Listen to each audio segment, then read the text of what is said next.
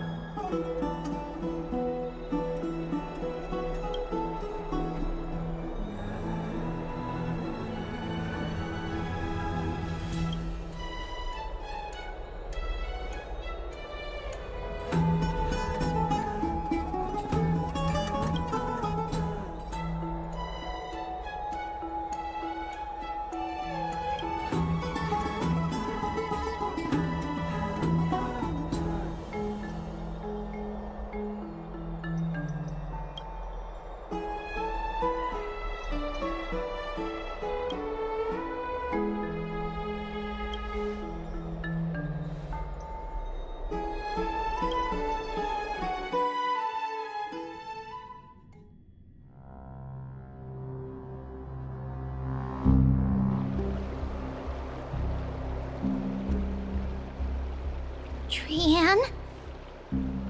What's wrong? Is there trouble at the Grove?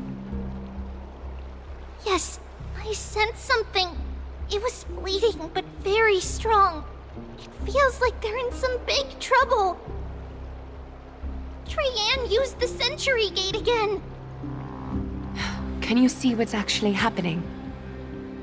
No, it's fuzzy like always. But the enemy's aura has disappeared. Maybe they've moved to a safe place? Let's hope that it's just a false alarm. We should place our trust in him and Castorus, teacher. They will keep Trian safe. Aggie, you're talking like we're little kids. One day, Trian will reach her limit, and Trebi will take on the role of gatekeeper from her. We are all aware of that. I am just a little concerned about her state of mind. Trian was already unable to speak, even in short sentences when they left. We want to say a proper goodbye at the very least. I will pray with you. Thanks. And Aggie, it looks like we will need you to come with us to the baths this time to unwind. It feels like neither of us have laughed for a long while. It's time to head out with the west wind! All right.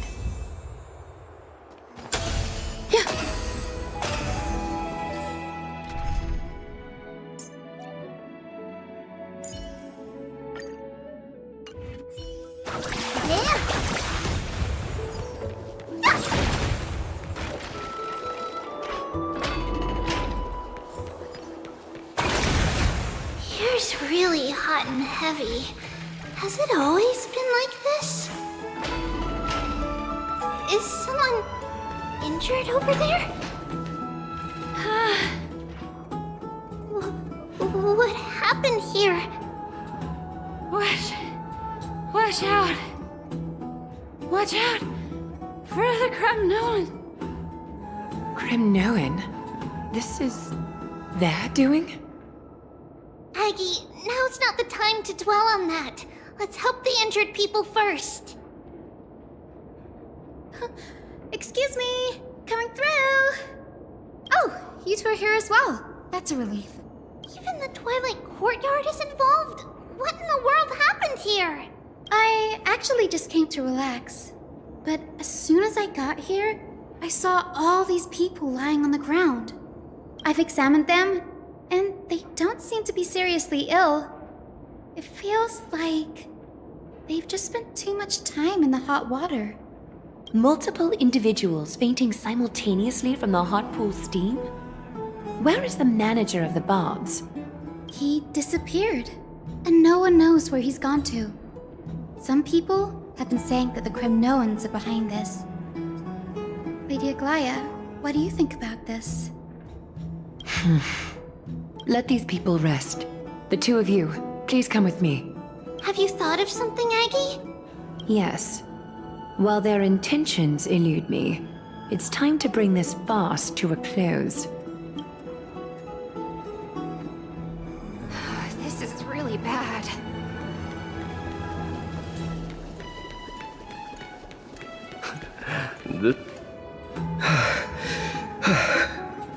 Snowy! Even Snowy! The culprit is Mightimos. Oh, Dee! What did you do to everybody? It's just another duel where I claimed victory. Duel? As I expected. On the surface, these two are the mightiest warriors in the Holy City, but they're still impulsive youths at heart. Speak up, Mighty. Tell us exactly what kind of foolishness you and Finan indulged in this time.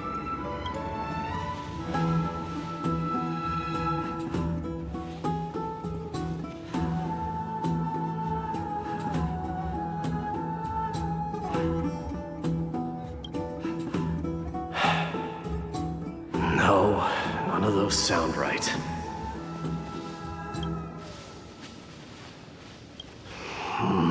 Forget it.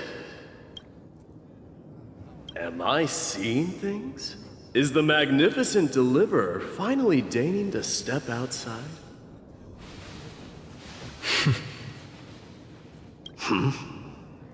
What kind of response is that? nothing. I was just imitating your usual response. I don't feel anything special from you. Have you passed the demigod trial?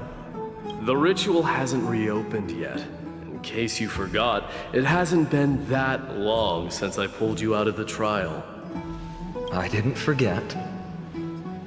Then, you're welcome. In twilight's last gleam, Makima stands bold. Her walls sturdy, tales untold. Dreaming of her fruitful gardens, pilgrims arrive from distant lands. Figs and olives, so grand. Yet little do they know that they will step into flames, fuel to the fire, a burning brand. What are you playing at this time? I just felt like reciting a few lines of poetry. Surely the Crown Prince of Kremnos knows how to appreciate poetry, right? Kremnoans steer clear of such weak literature. But my library doesn't lack collections of this kind. These lines express the poet's yearning for their home, just as Akama is distant from many people's homes. I know how to interpret poetry, Haikis. There's no point in pretending to be profound, my friend. Thank you for helping me out when I was in a tight spot, but it seems to me that you aren't prepared for the trial either. Don't compare your situation with mine. My people are still relying on me. I can't ascend to godhood on my own without first resolving their issues. So, are you suggesting that you, the mighty Mightimos, and the heir to the throne of Kremnos, wish to defy tradition that has endured among your people for millennia? I'm still thinking about what I should do. Never mind. It's probably not my place to offer you counsel. An idea does strike me, though. Go ahead. Let's see what terrible ideas you've come up with this time. Maybe we both need to relieve some stress. Come, Mightimos, let's recommence our previous competition. This time, we'll see who can stay in the super hot bath for longer.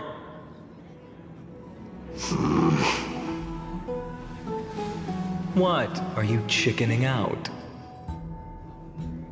The phrase chickening out does not exist in the Kremnoan language. I just find this situation absurd, that's all.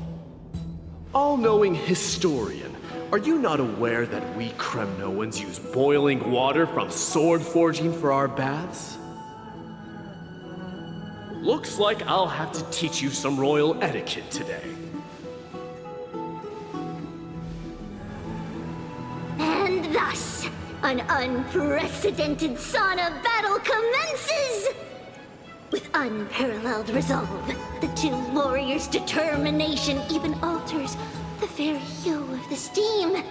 Flames intertwine with scalding vapor, reaching toward the heavens, shrouding the sky in the sun. The spectacle is so magnificent that none dare gaze upon it directly.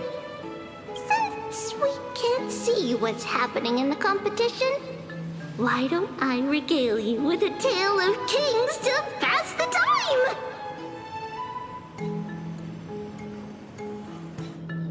Do you recall the legend of the Gorgo lion mentioned by a certain veteran? The central figure, the main character, was not the sole sovereign of that land. An Oryx stood as its formidable rival. Long before the dawn of Era Chrysia, the two beasts started their timeless battle on the plains of Tritos. The lion regarded the Oryx as its food, while the Oryx perceived the lion as a scornful, oppressive, and challenging barrier that it swore to topple with its antlers. For tens of thousands of years, without respite, the two creatures thus continued their relentless pursuit and rivalry.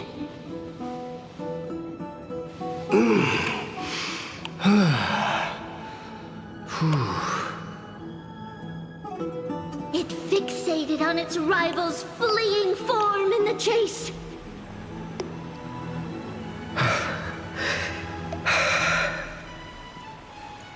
It set its sights on the other's neck, nearly within reach.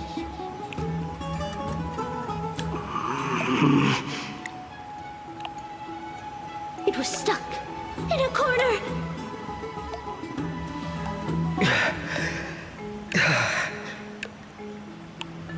It had nowhere to escape. On the land of Amphorius, some lives meet their end at dusk, some at dawn, and yet others are fated to perish under the blistering sun at noon. And at last, the most scorching moment of the day descended upon them. The formidable hand of fate heeded their call and arrived! My lords, would you like me to reduce the temperature a little?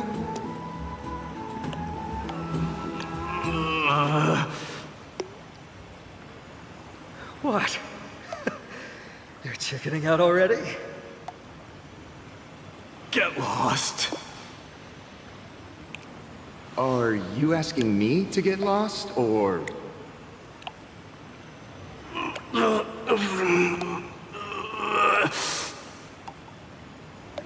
Do whatever you want.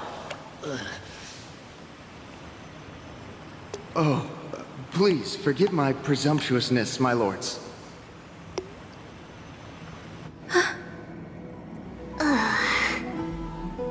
What a spectacle of folly. This is what you get for daring to challenge a Kremnoan without understanding your own place. What I'm saying is, your little game dragged down quite a few innocent souls alongside you. We will personally escort back home the customers left awestruck by our formidable presence. This isn't fair. You're wearing way less than I am. Is this the latest trend now? Getting into the baths while dressed in full armor? Don't look at me like that. It was he who challenged me. There is no word for flee in the Kremnoid language. Very well. Let us bring this farce to a close, shall we? Warriors, it is time to get moving.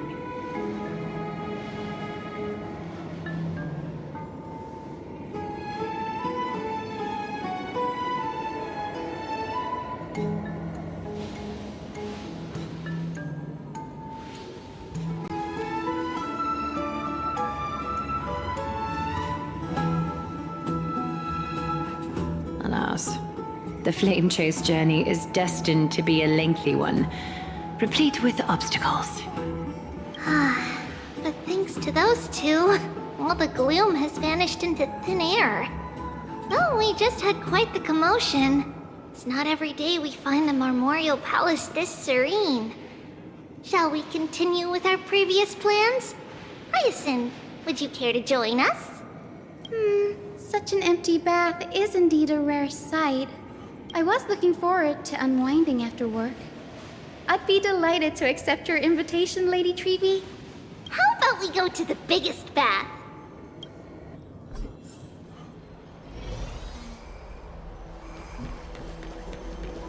Strength numbers! Let me check. The water temperature feels just perfect. So, how is the feeling of having the entire bath to yourselves? It's so good. But, Lady Treevee, aren't you going to soak in the bath with us? We will have to pass. After all, we've become children. Please understand that she can no longer endure the heat of this pool due to the blessings of Yanis. Oh, Are you curious about us, Hyacinth? I am, but something tells me that it might be better to change the topic. Don't get all nervous. It's not something we can't discuss. The truth is, a long, long time ago, we were a mature adult just like Aggie. Then, because of reasons, we inherited Yanis's divinity and gained the power of passage.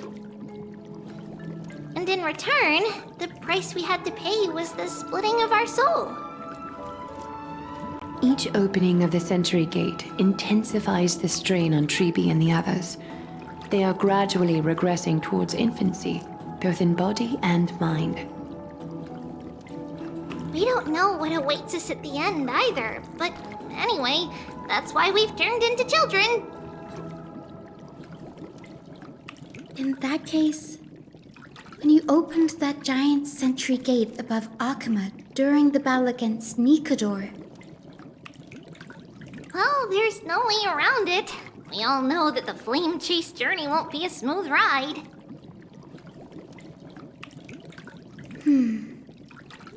maybe we can find a way to fix it. The primary research focus of Noosporists is the soul. We explore its depletion and methods to restore dispersed souls. As long as research continues, there might be a breakthrough that can help. We will do everything we can. So your first reaction is in fact denial. You're indeed an Access student. I look forward to your good news, Hyacinth. Now there's another reason to look forward to tomorrow.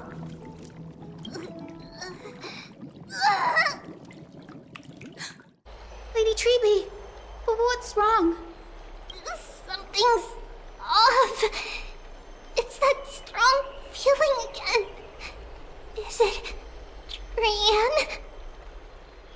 Wait, no. It's not Trian this time. It's Trinan. Trinan is in danger.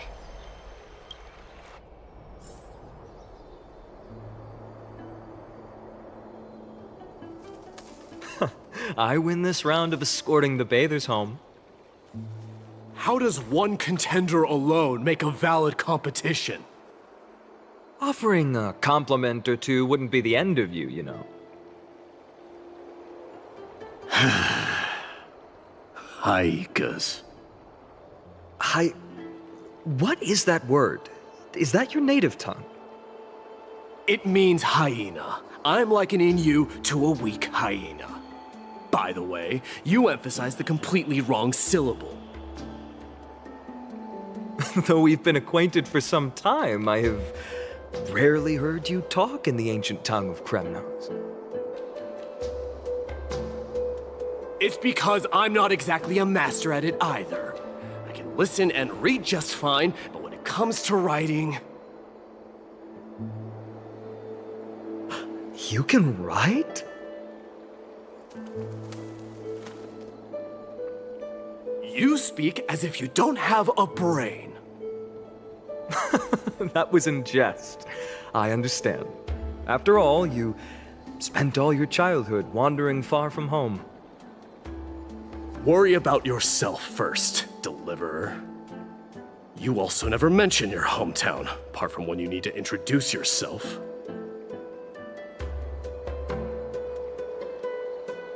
Well, it's because there isn't much to say. Ides Elysiae is simply a tiny village that disappeared many years ago in the flames of war. The only times I get to see it are in my dreams, and in the trial from the Lance of Fury. I knew it. Yes, I saw it all.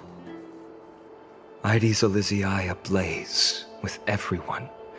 My family, friends, and my kin, lying in a sea of flames. A blood-red half-sun hung in the sky, just like on that day. And before my eyes, that murderer killed Cyrene. But I saw its form this time. A black cloak, an eerie mask, and a broken giant sword that carried an ominous aura. I fought it in the trial. But even though I've been fighting, improving, and resolutely getting stronger all this time, I still couldn't defeat it. You were blinded by hatred and almost lost yourself in that trial. That's right. And that's why I am truly thankful to you, Mightimos. You finally picked up some manners. Better late than never. Then what about you, Mighty? What did you see in that trial? What do you fear? There is no word for fear in the Kremnoan language. I'm getting the feeling that your language has no words at all. But to answer your question, I saw Akuma in the trial. As well as... my old comrades. Hephaestion. Perdiccas. Ionius. Ptolemy. And Possesta. Ever since I returned from the Sea of Souls, these five have been by my side. We faced life and death together during our days in exile. Those 10 years were arduous, yet filled with moments worth treasuring. Each night, we would gather by the campfire, savoring honey brews and singing our hearts out. The wind in the wilds of Amphorius smelled like rust. Hephaestion would always tease me about adding goat milk to the honey brew, claiming I ruined the blood-red color of the drink. He had a scrawny figure, but was a relentless force on the battlefield, dispatching foes without so much as a blink. Perdiccas was an expert in concocting medicines, delving into all those strange folk remedies. Leonius was a swift runner and our most reliable messenger. Ptolemy was a real bookworm, always spouting off in chapters and verses. When we left Kremnos, he made off with a stack of ancient tomes from the Grand Library. Not like it mattered, as my family owns the library. And then there was Possesta. He was the silent type, but a truly masterful musician. This is the first time I've heard you mention these five, and their names. They died on the battlefield before the Kremnoan detachment managed to join Akuma.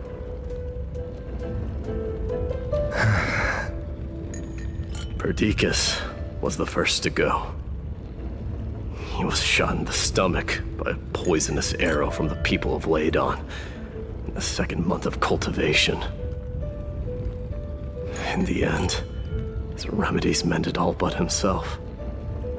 Midamos, do not mourn. I have achieved honor by bestowing a noble death upon the enemy. Leonius died in the 5th winter. Idonia's snowstorm lasted 3 full months. On the night of the fiercest storm, our foes launched their assault. Idonia. Is that the city Castorus used to live in? Yes. Those zealots were as fearless as Kremnoans in the face of death, but they lacked respect for honor. They cornered us in the bottomless swamp. Leonius covered for our retreat. They cut his legs off. He vanished into the mire of a foreign land, his body never to be recovered. This is perfect. Mighty Most, I can finally deliver the news of you ascending the throne to the Nether Realm. 20 dusks later, we finally breached the walls of Idonia and entertained the usurper's plea for peace. However, the rebels refused to surrender and set up an ambush within the city. Ptolemy and his cavalry met their end before they could even relish our triumph. Those obelisks that collapsed after being set on fire became their final resting place. Midamos, please tell my family. It was not cunning schemes that vanquished Ptolemy, but the immense weight of Amphorius' entire history. Then, it was Possesta. He lured the enemies into the city of Aenionis with his melodies, buying us invaluable time. Our enemies, consumed by indignation when they discovered the trick, set the entire city and my soldiers on fire. His final words were recorded on a small clay tablet, fractured by the flames. Midamos, don the crown. And at last, my most trusted friend, Hephaestion. He was supposed to stand by my side through it all. But a sudden relapse of his illness hit him on the eve of my duel against my father. He hid his condition from me. By the time I returned victorious, he had but a breath left in him. A Kremnoan dying on a sickbed. I would be a laughingstock to everyone. Hephaestion, my dear friend, spare your strength. I'll go get a physician. No need. Even if Perdiccas were here, he couldn't stop destiny from taking me away. No! None can take you away.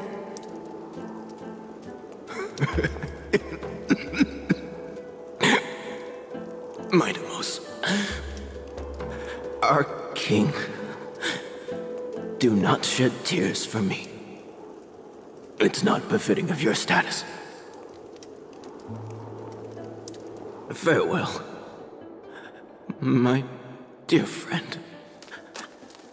You must lead us back home. What a grave trial indeed. Now I understand why you see immortality as a defect, or even a curse. My father threw me into the sea of souls to break the wheel of karma. But little did he realize it would grant me an immortal body and summon a fated revenge on his head.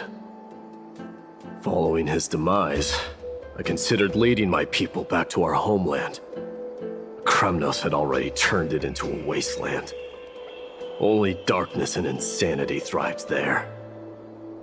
Against the dissent of many, Krateros included, I made the Kremnoan detachment stay in Akama. But I know that their glory will never be doused out. The instant of strife shall inevitably arrive. If you take over Nikador, then you must begin the journey back to your homeland. So, you hesitate because you think leaving your people in the Holy City is a better choice?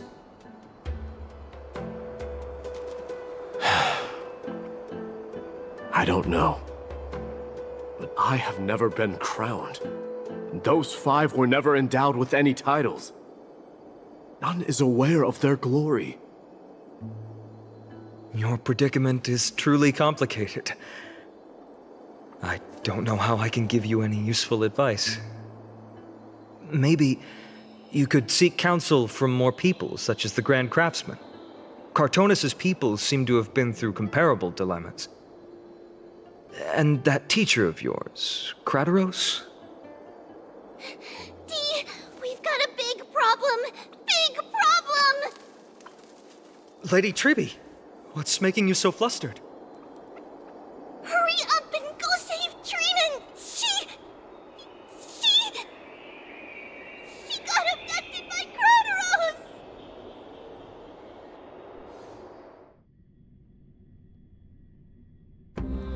Krateros! What's going on? Mighty-Mos.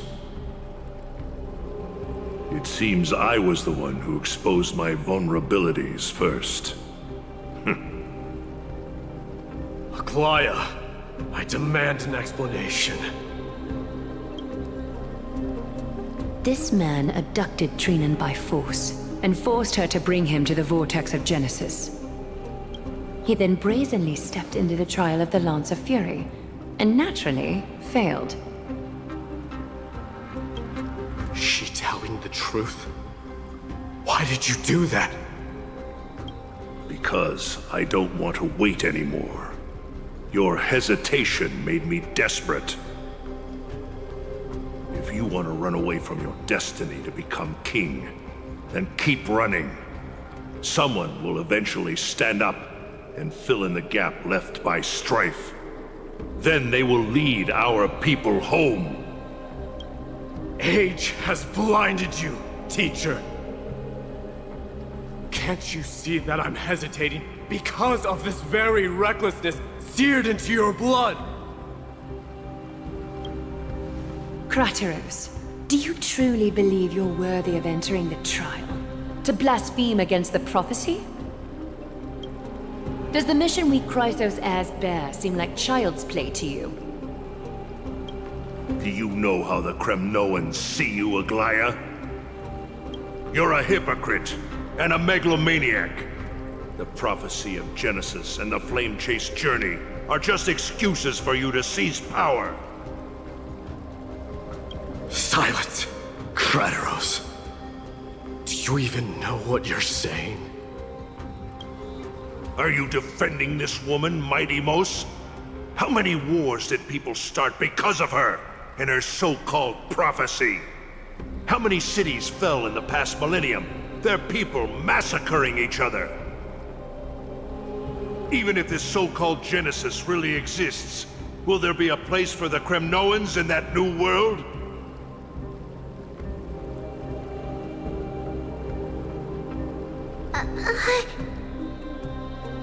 Are you done talking? By agreement between the Chrysos heirs and the Council of Elders, those who trespass upon the Vortex of Genesis need not be tried by the Council. I am allowed to pass judgment alone. Krateros, your actions are unforgivable. I hereby sentence you. Aggie, wait! We have a proposal! Someone has to resolve this conflict between the cities. Lord Krateros did not use violence to harm us. We can sense that his anxiety stems from his concern for his people's future. Please, Aglaya, hear us out first. I'm listening. I'm sorry, Lord Krateros. We were so preoccupied with deciphering the fragments of prophecy that we neglected those of you not favored by its message. Your accusations were harsh, but justified. We wish to earn your trust and those of the Kremnoans.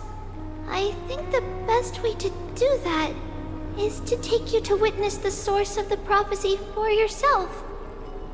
How are you going to show me something that has no form? You've heard about that Outlander, right? He has somehow made a connection with Orynyx and can completely replicate scenes from the past. We will ask for his aid. Tomorrow, at the Abyss of Fate in the Temple of Yanisopolis, we will show you everything from that distant memory, Krateros. A fair proposal. I accept. Until then, you will be stripped of your freedom. That is my one condition, and I will brook no argument. It is not the first time I've been made someone else's prisoner. Do as you please, demigod. Teacher, why did you do this? Forgive me, young master. But I just cannot wait any longer. Ever since your father died, our people and I have been waiting for a day to revive Kremnos. We placed all of our hopes in you, but never received an answer. This obsession for returning home has become a sickness for our people. Wise as you are, I refuse to believe that you can't see the truth. You have a clear head, which is why you're also incomparably alone. A smart person can only choose to tangle himself with the mundane of this world. If you're truly capable of leading our people beyond this blood-stained fate, then prove it to me once more, Mighty Mos. Just as you did back then.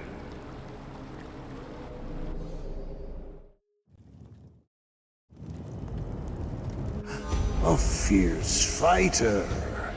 I did not expect such heroism from a feeble Acheman.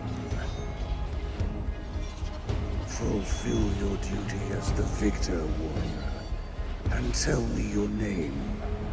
I seek an honorable death from you. As if you have any honor! Listen closely.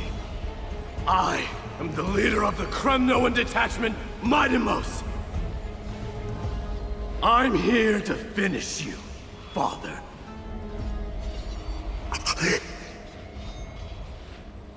It is you, the beast spurned by all. So you did defy death. The prophecy was true. You will bring an end to my Kremnoan dynasty. Defy? You're wrong. Death fears me. It's the reason I have this body of steel. As for you, you already stand at death's door, Father. You were the one who threw me into the Sea of Souls. The one who tried in vain to enslave a Titan. and the one who desecrated the body of a god. Hyakis! You're a weak king. So weak that even the lowliest hyena is a more noble existence than you. And now, fate's reckoning is upon you. Then swing your blade. Take my crown. Coronate yourself with an old king's blood and inherit it all. Become the new rightful king of Kremnos. No. I don't want the crown. Listen. If there's only one end for the kings of Kremnos, then the crown means nothing to me. All I want is your life. To avenge Mother and my comrades. But the walls of Kremnos will not fall with me. Do you truly think you can escape fate's grasp, my son? You and I, we're both the same. We feast on strife and fear. Now, kill me! The son of Gorgo is destined to be crowned in blood!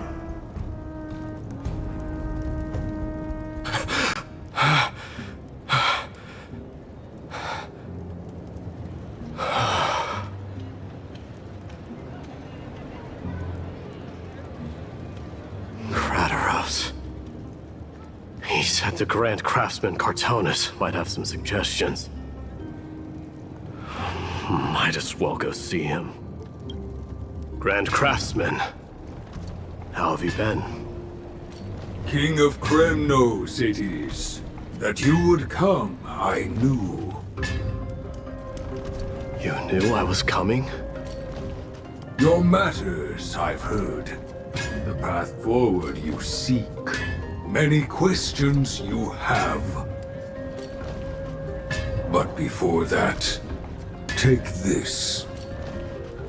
What's this? A signet ring for the King of Kremnos. Belonged to your mother. Recast and restore it. I did. What? Mother threw it into the Sea of Souls. A long time to fish out it took. Very fortunate we were. I can hardly imagine how much patience and courage it must have taken to find such a small signet ring in the Sea of Souls. I owe you one. Gratitude there is no need for. Repayment for saving me, this is. Questions you bring with you? Ask now. Fate I've always denied. It's finally caught up to me. By all rights, I should accept Strife's authority. It would make everyone happy. The Chrysos heirs, the Council of Elders, the Kremnoans. Even the bards who will write it all into song. Yet hesitate still you do. Hesitate, why do you, young king? Because of my people. Be they men, women, the elderly or children. The hearts of all Kremnoans yearn for home. They've all been waiting for this day. For the day their king returns. Children of Strife would then be able to go home and embrace the old traditions. Never mind that most of them have only ever been heard in these so-called traditions and song. They would then gather around their king and throw themselves into battle. This is not a good thing, you believe. The Kremnoans have been trapped in a cycle of bloodshed for the past 1,000 years. They seek vengeance, start wars, become prosperous, and decline. How much innocent blood flowed into the River of Souls in all those years? How many needless sacrifices could we have avoided? I accept that fate and become the totem of strife that lead my people into repeating the same mistakes. Then of course I would be terrified. I'd be terrified of becoming king.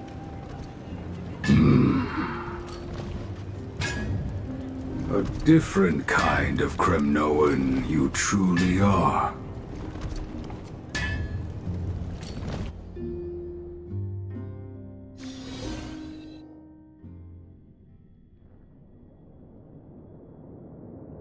Mama, I had a dream last night.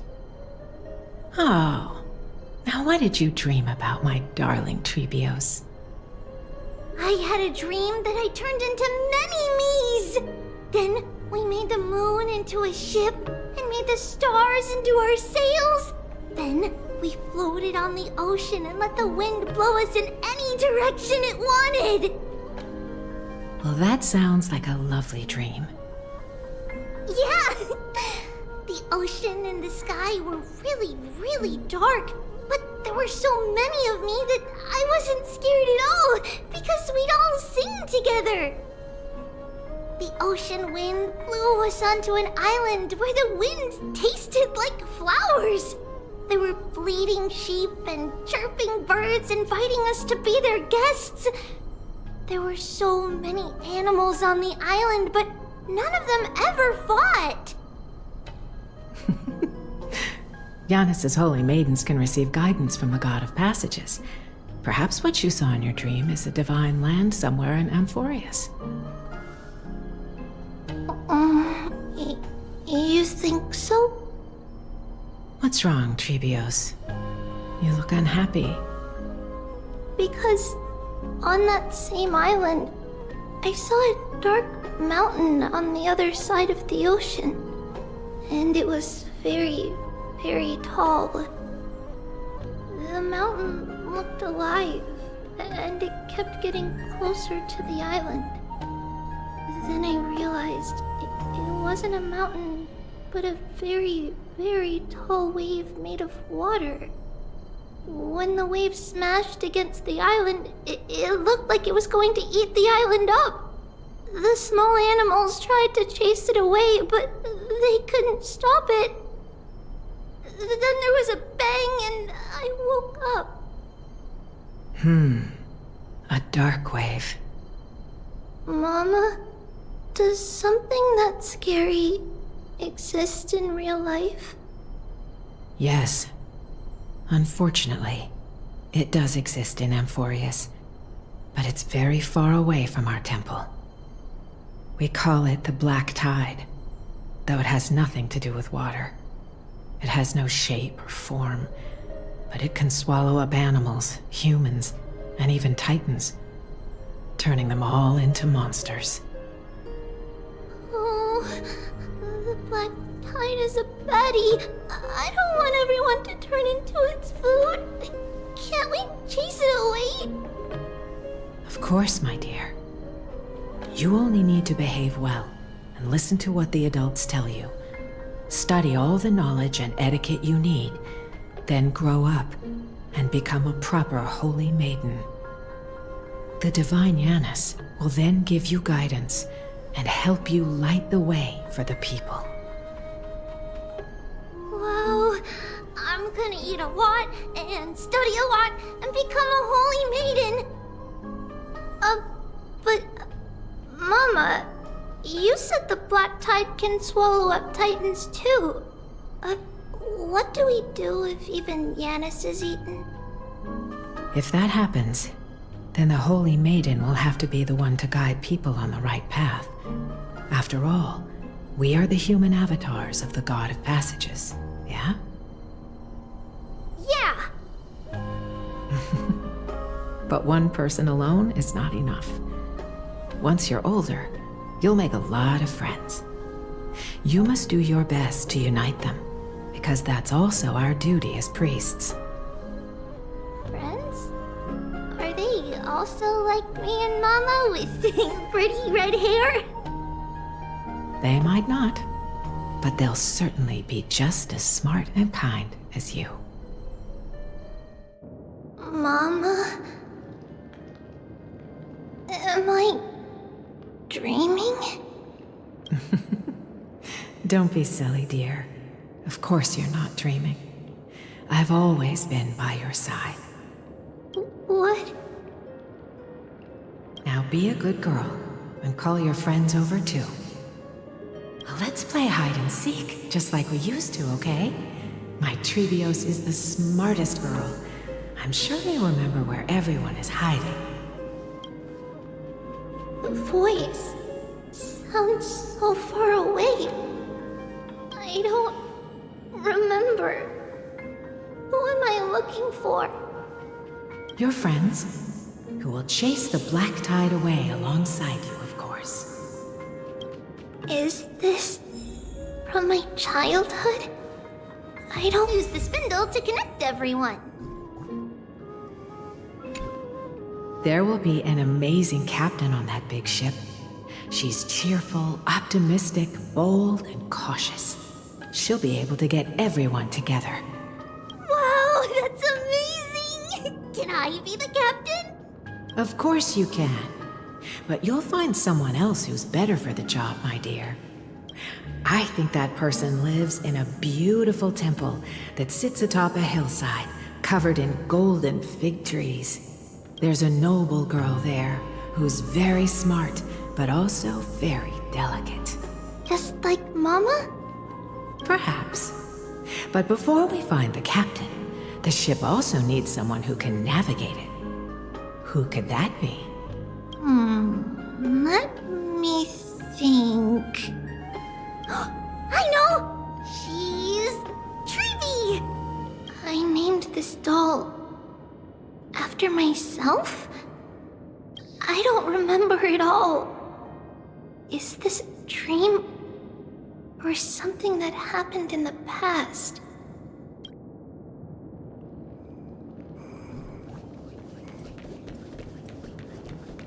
That chest! You can't lock me away! Huh? Why is this doll inside a chest? It's holding a sword. Why? Many years later, many brave warriors will board this ship. They're skilled combatants who fear no danger. Ooh, I can learn how to fight too and protect everybody! Silly girl. You're Yanisopoulos' holy maiden. It's not your duty to fight. There will be many others to protect you. Alright. Then where will they come from?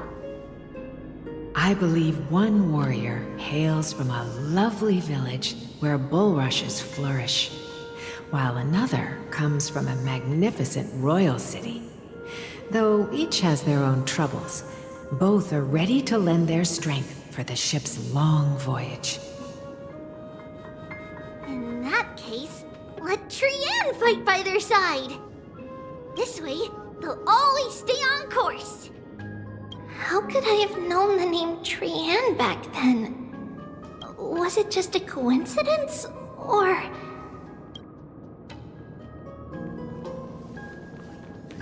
It's packed full. Mama must have left all of these for me. All the words are blurred out. Could it be that my memory is fading? Learning can change your destiny. When navigating at sea, you need to know both astronomy and geography. Isn't Yanis's knowledge enough? Oh, sweetie. The ocean isn't like the land. It's easy to get lost. That's why it's important to learn to recognize the miracle of Aquila. Alright! Even though my brain is already super duper smart, I'll still try my very best! Circe also favors children who try their best. They will send a wise scholar as everyone's teacher to help you reach your dreams. I want to be a teacher too! Oh, wait. I'm super duper smart. So I want to be the teacher's teacher! Why not? But if you're going to be a teacher, you might need to tone down that hyper energy of yours. Then Trinan can do it. She's well behaved and would make a great teacher. Mama and the others always said that I had a great memory. But now, I can't even tell if this is a memory or a dream. Come, let's line them up.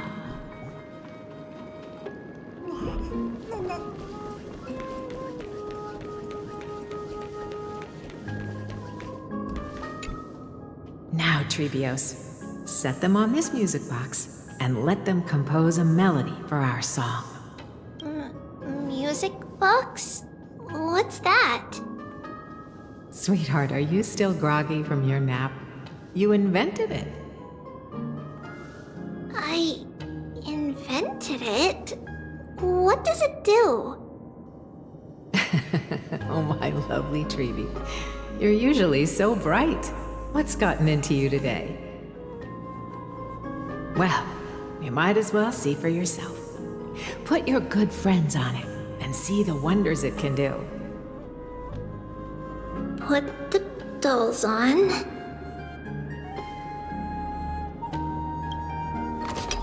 It's rotating, and I can hear something.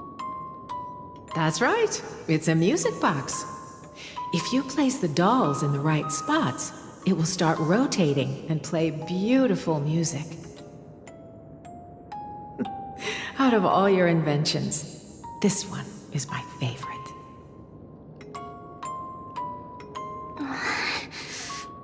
I don't remember. It's all right, my child. I'll sing along to the tune, and it will help jog your memories. Happiness abounded in this lush land by God's chosen. Giants raised their glasses in a toast, beheld by the 12 constellations. 3 carved the heavens and the earth. 3 wove the threads of fate. 3 molded life with their hands, and 3 guided calamity's gate. They declared the world too unstirring, hence wished endless laughter upon the living. Thus you and I were created, with words and song to weave, and love and intimacy to give. Thus creation was complete. Who then will bear the weight of humanity's souls, to lighten the steps of the living as a whole? O great Kephili, all-knowing Father of stature so tall, yet low does their gaze willingly fall. With light of dawn heavy upon their shoulders, golden blood spills unto the land, converging into a boiling river that flows to the heroic heirs of this world.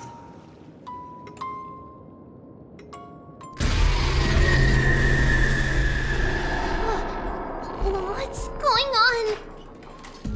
Oh yes, please lend me your ears. In the black mist, as death and fate draw close, on the bloodied earth, the living and dead, but ghosts.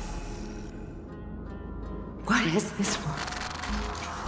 And here is your maze-like fate. What is this world?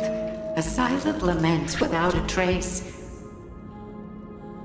What is the past? Wandering ghosts that linger. What is the future? Souls scattered by fate's finger.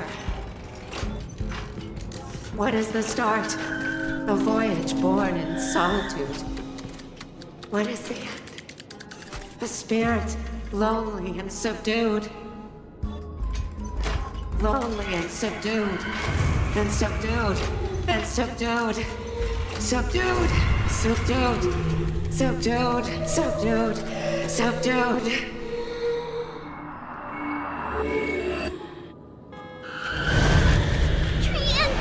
Trinan! Mama, what's going on? Hurry. Run. Traitors, run. The black tide has arrived.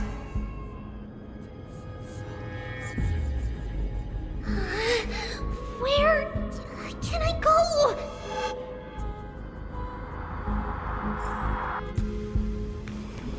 What's this?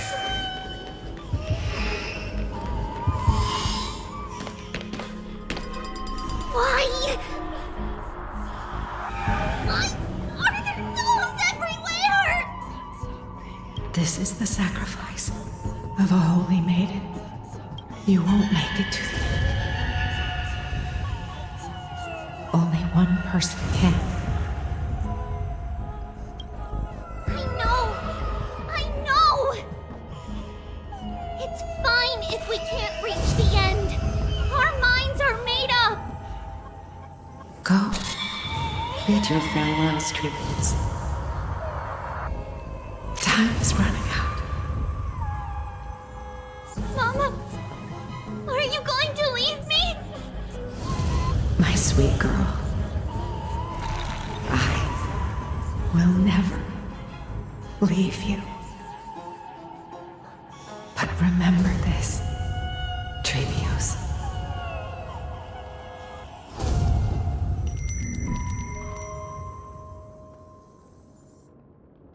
All shall bid farewell to one, and that person alone will witness the miracle.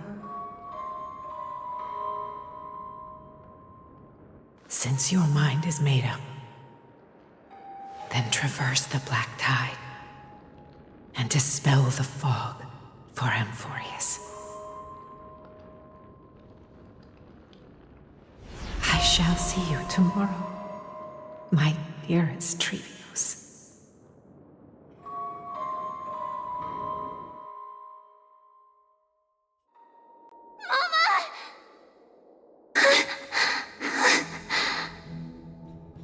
Are we still in a dream?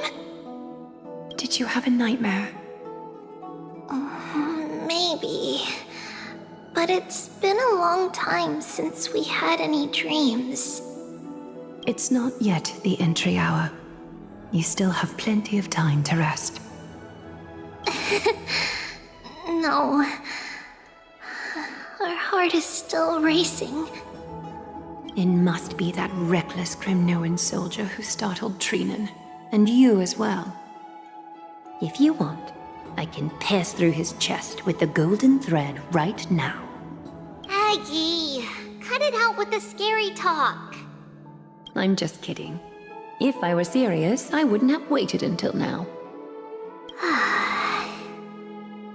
Do you want to talk about the dream?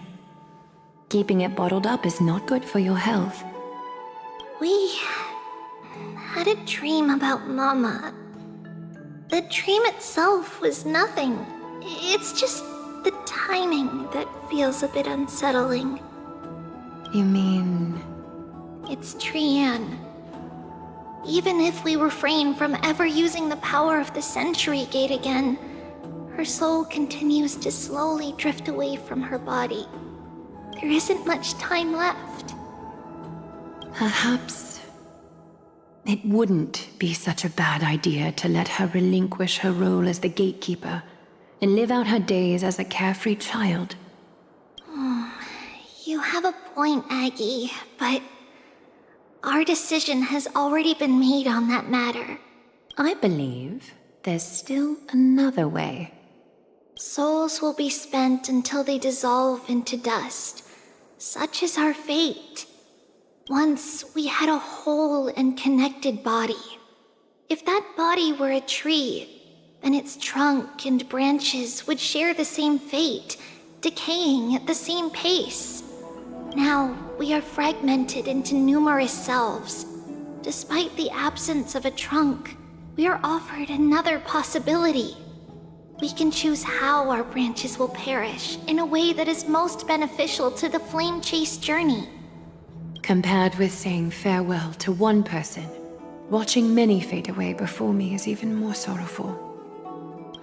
But advancing is the destined end of Yanis's trial. There's no retreat in our path. Don't feel sad about saying goodbye to us. We've already agreed on this, right? It won't be long before I forget what sorrow tastes like.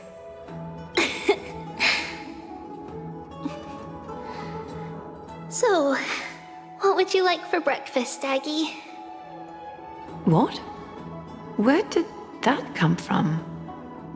After all this talking, we're feeling a bit hungry. Plus, it's nearly the entry hour now. Do you remember when we first met, Aggie? You were still a little one, and we caught you secretly eating oatmeal late at night. While my emotions might be fading, those memories are still as vivid as ever, teacher. Please, let me do it. What would you like to eat? It's fine! Leave it to us. You should rest for now. It won't take long, and we'll call you when it's done. In that case, thank you. Then, see you tomorrow, Aggie.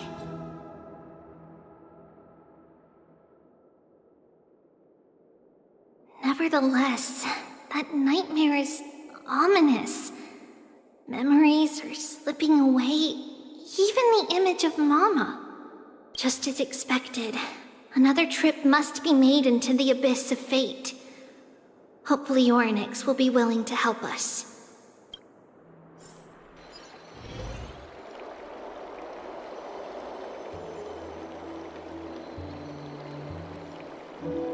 Long time no see, Professor Anaxa.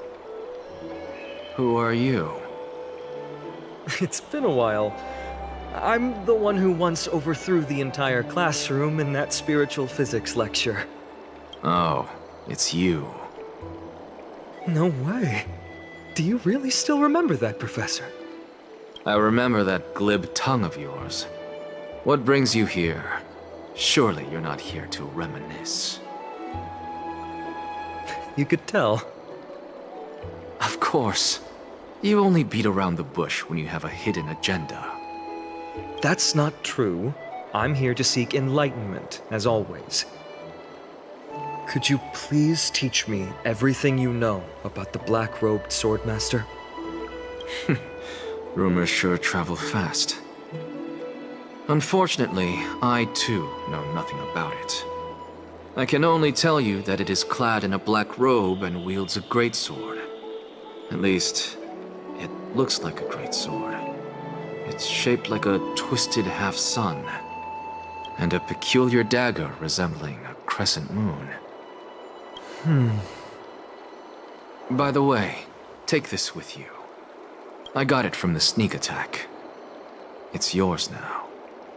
Oh. I was right. It is this thing. The one who torched Aedes Elysiae to the ground. And killed everyone. Don't try to be a hero. No one in Akama stands a chance against that thing right now. Is that what the Titan said as well? Not at first. But the god relented after having had a taste of its power. Even with the god possessing me, I couldn't fight against that blade. That incredible power doesn't seem to be granted by any Titan. Are you suggesting that it originates from beyond Amphorius? It's possible. Much like the Black Tide, no? Nonetheless, it's an enemy we must overcome. We? Drop the pipe dream, Finon. No one wants to see you fall by their blade. His mere presence will endanger the Holy City and the Flame Chase. You know that I don't believe. You don't believe in the so-called prophecy, I know. However, I'm here to seek your assistance, not at the request of Aglaya or Tribi. I just want to eliminate a threat to the city I pledged to protect. That's all. The tragedy at the Grove must never happen again. Take a seat. Since you are sincerely seeking enlightenment, I suppose I can tell you one more thing.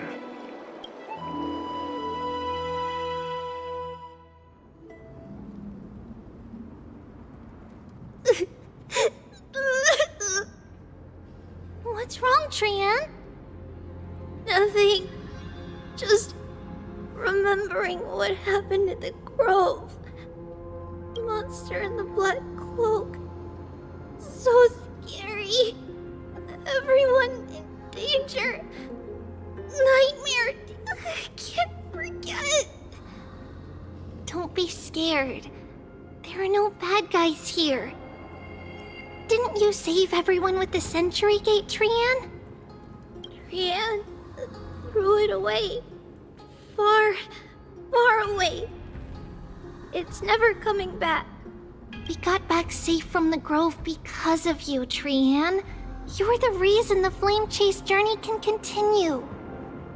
Sorry. Trian feels a bit dizzy.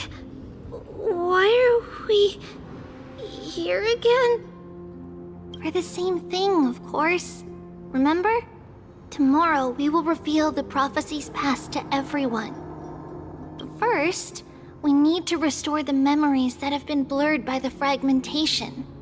We hope to present the full truth to everyone without hiding anything. Since Yanis caused the fragmentation, we can only turn to another Titan or Onyx for help. Also, remember to get breakfast ready for Aggie before the Lucid Hour tomorrow.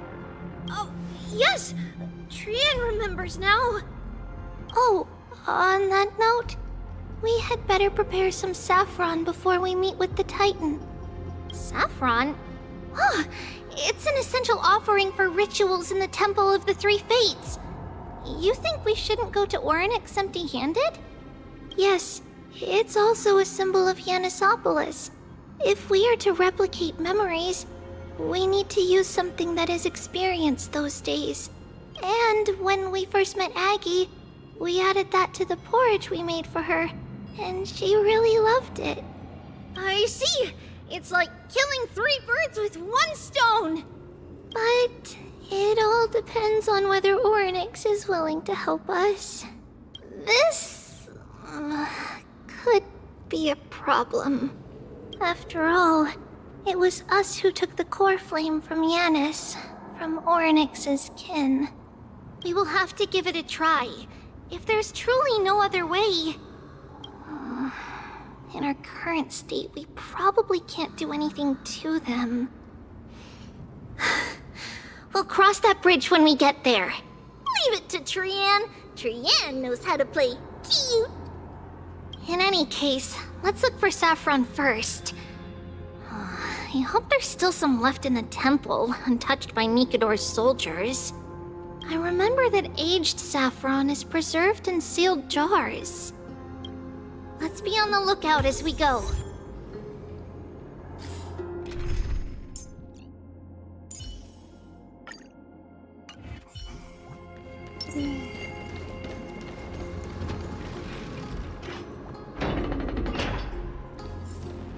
It's a dead end ahead. Turn back, teacher. What? Aggie? No, it's an illusion.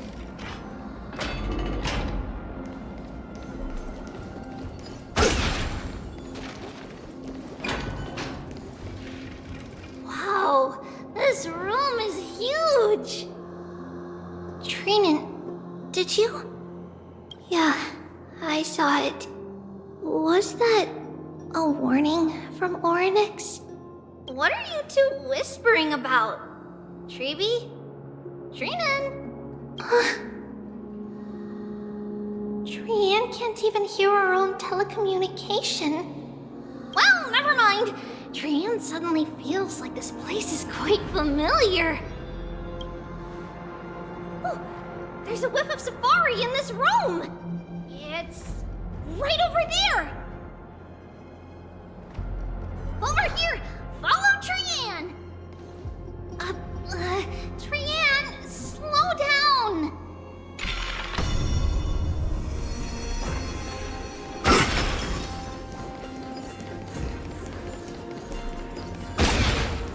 Even if separation is our fate, a futile death is not the solution. It appeared again!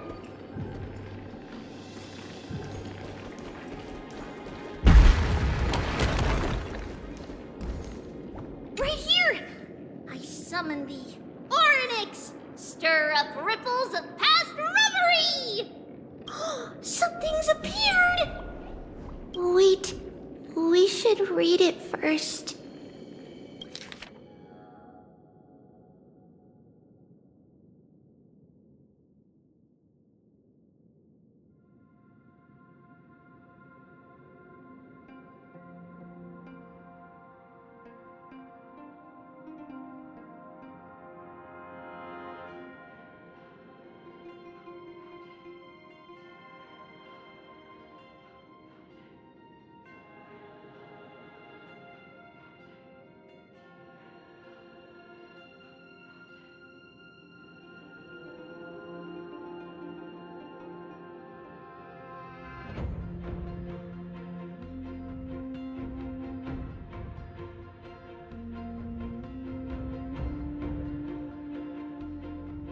Wait, this is a letter? It mentions something about Saffron and Treebios? Isn't that name... Never mind that for now. Why is this letter here? And how did Trian sense it? Could it be our lost memories? Is it possible that we were already noticed by Orynyx and entered their trial? But why haven't they said a word? Orynyx has the whims of a child. Perhaps they're toying with us on purpose. Come on, this isn't the right time to be playing games. Separation and death are two. Reconciliation doesn't come easily for a mortal. Are these visions also fragments of the past? Treeby! Trinan! Look what I found! Is this the safari? Coming! We'll take a look. But Trian, there's nothing in here. What? It was right in the stolium. Huh? There's really nothing here. That can't be! I swear I saw it! I swear! Trian is telling the truth. It was right there! Where did it go? Trinan, Treeby, why aren't you saying anything? Trian can't seem to hear you at all. We were just lost in our thoughts. Don't worry, Trian. What you saw was likely, Yanna's hair. We must have startled it away. Okay. Could Orynyx be trying to make us falter? But why would they do that? Something feels off. Treeby, don't you think this temple is a little too quiet? What do you mean?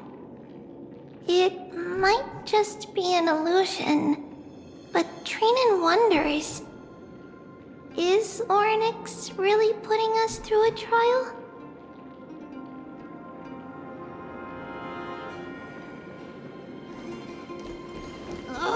Still no luck finding any safari. I suppose we can do without it. Let's try to convince Orynyx. At least they didn't toss us out straight away.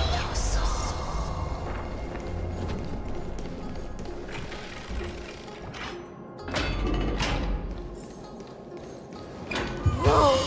Treeby, Trinan, look at this! So cool! So many of... It's really quiet in here. Do all Titans live in dark places like this?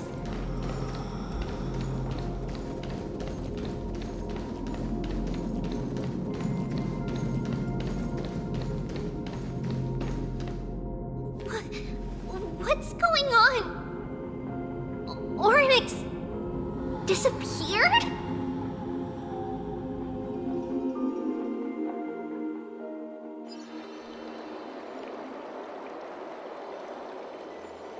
Are you saying that the black-robed swordmaster is not just tied to the Black Tide, but is also hunting for core flames everywhere? This is the most plausible possibility. First, it has a vessel that can hold core flames. Second, I'm one of its targets. Let's start with the first premise. Its peculiar ceremonial blade can interact with a core flame, as evidenced by the pull I felt when it stabbed into my chest. I hypothesized that the blade can sense, absorb, or even retain core flames. The second premise is even more explicit.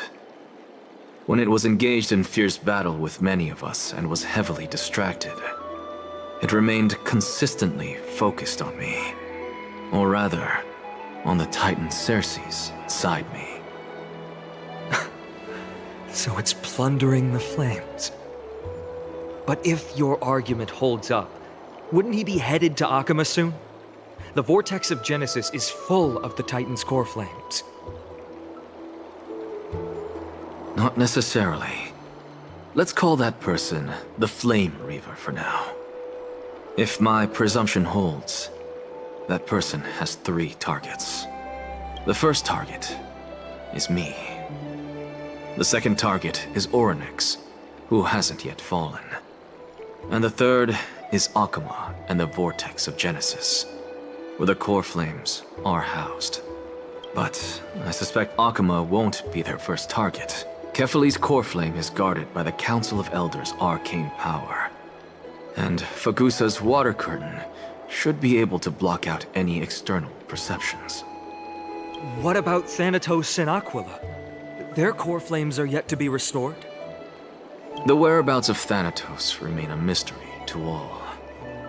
As for Aquila, can you fly? No, I can't.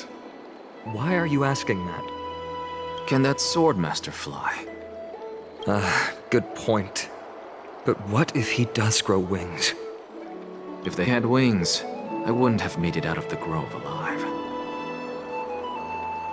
That's a relief. Anyway, since the Flame Reaver has 2 targets, we need to move fast. With the distances between Akama, the grove, and these potential targets, I believe we should bolster our defenses and...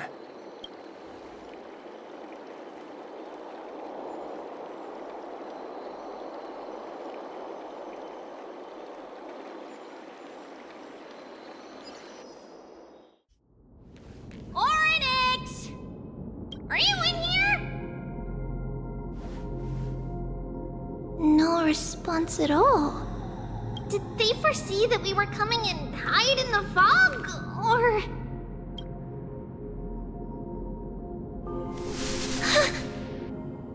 Treeby, we should leave. This temple has other people in it. What? Oh. Listen, footsteps. Fast ones. 3 or 4 people coming this way. Come on, we need to hide. Whoever they are, we can't let them see us. Treeby, Trainin, come check this out.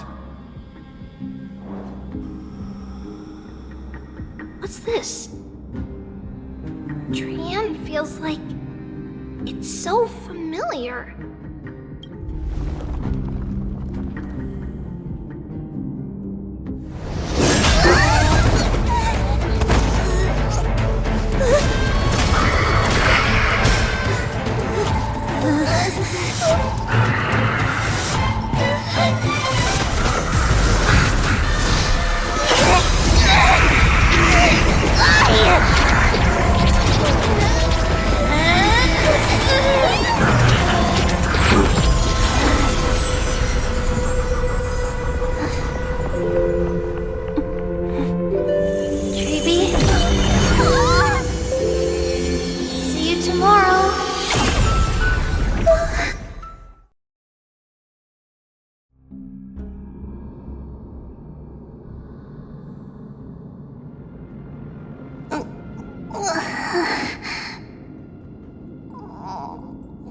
Where am I?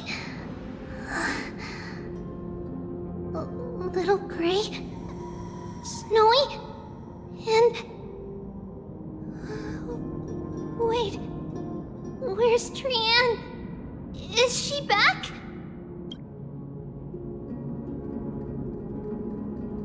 We only saw the two of you collapsed on the side of the road when we arrived. Danny and I looked around, but we couldn't find any traces of Lady Trianne. What about the black-robed swordmaster? Blast it! Of course it's him. We were still too late.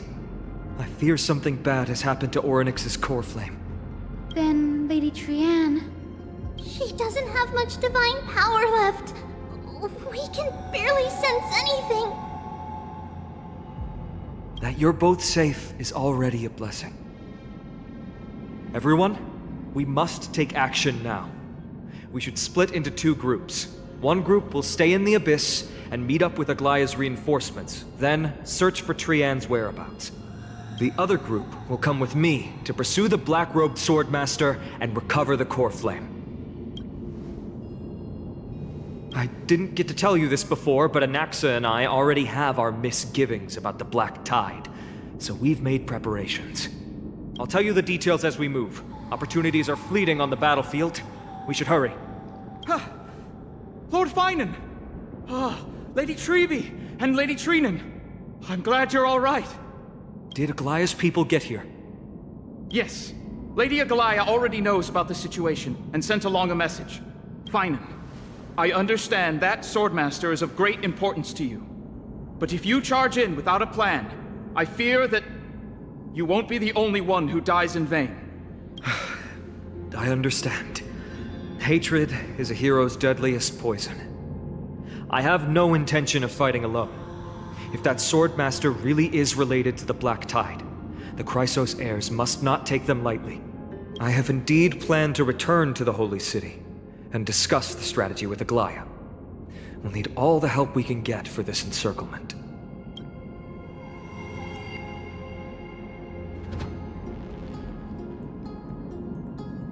Trinan will stay in the Abyss too. That way, both sides can communicate with each other if anything happens. Thank you, everyone. Partner, Treby, let's go.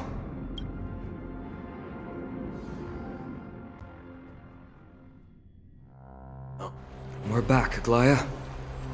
You should have come to me first, Finan. Aggie, there's no need to scold Snowy. Makima is currently in grave danger. I know. It's beyond my imagination that the only two titans humankind can still rely on fell in such quick succession. I've never seen the golden thread pulled this taut, as if it could snap at any moment. Finan, tell us your plan. Time is of the essence.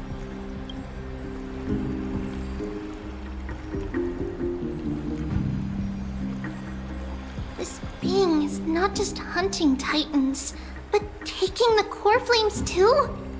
Yes, just like the Flame Chase journey is doing. Professor Anaxa thinks the Flame Reaver's arrival is likely a sign the Black Tide has spread further. Regardless of whether you're right, this being is still far more aggressive than we expected.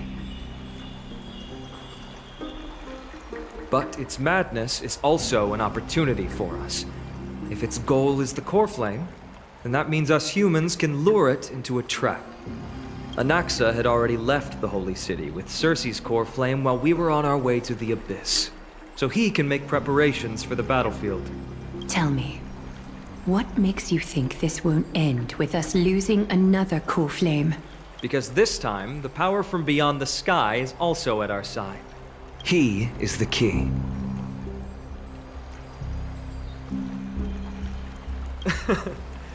We need your other companion, too. Ma'am, do you mean me? I see. Finan, that battlefield you mentioned, is it Castrum Kremnos? Yes, I'm sure everyone remembers the astonishing miracle our partner here performed with his companion during the battle with Nikador. and how they awakened Castrum Kremnos' past. That will be the key to our victory. We will use Orynyx's power to once again open a passage to the past and lure our enemy inside. Then, we'll seal the Flame Reaver in the maze of time. Impressive. Orynyx has fallen, and Yanis's divine power already belongs to Akima. Once we take back the core flame, the Swordmaster will have no means of escape. It's very clever, using the element of surprise instead of brute strength. Can you do it, little one?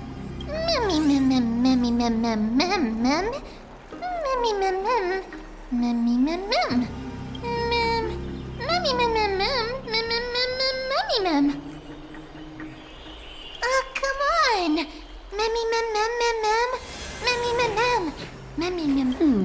Such enthusiasm. I'm glad to see you're confident. By the way, the Council of Elders declared a state of emergency when Treeby went missing. Kainos and her following have heard tell of the incident at the Grove, and are galvanizing support in secret. I fear she'll make her move before the next assembly of the citizens. What are they plotting? That short-sighted politician likely believes the Chrysos heirs have outlived their usefulness, and is making preparations for her next step. That ugly side of humanity is something we'll have to deal with eventually. But that's a problem for another day. I've sent Casterus ahead to the council with a message. She should be able to keep the situation under control for the time being. Finan, it is my hope that we can come to an understanding on this. We must take down the Flame Reaver in one go, and retrieve the core flame. And in doing so, grant ourselves an advantage against the Council of Elders. Of course. You may count on me to lead the charge. I apologize for tasking you to spearhead the plan once again, but Akima is currently beset by enemies from within and without. The situation brooks no delay, and we have precious little time to confer and discuss the plan with you. That being said, you are the key to our success, and I shall respect any decision you make.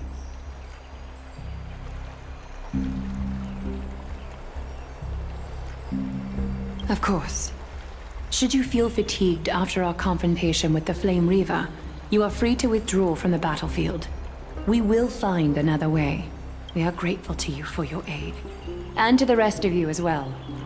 Now, let us be off to begin the hunt.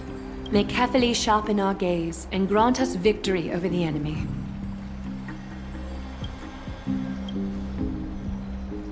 You mean Mighty? He's dealing with a different problem. Don't worry. That man would never miss out on this fight.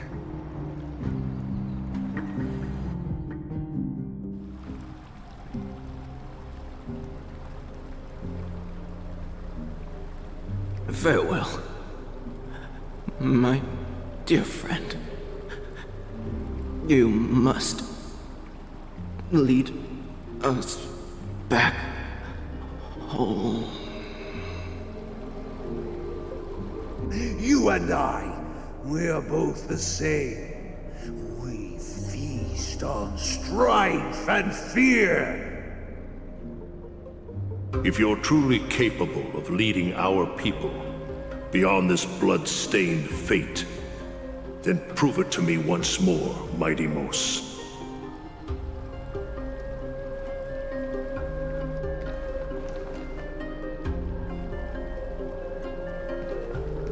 I knew you'd be here. I heard you're about to set off on an expedition. That's right. It's going to be a tough battle, and our destination is... turns out to be Castrum Kremnos. Is that why you're here?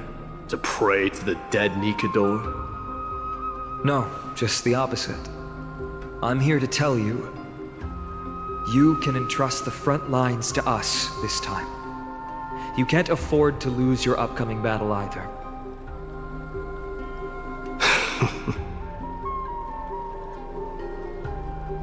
Have you heard the story of Geocles the Mountain Breaker? Sounds like you've spoken with Cartonis. That's the name of the legendary mountain dweller, right?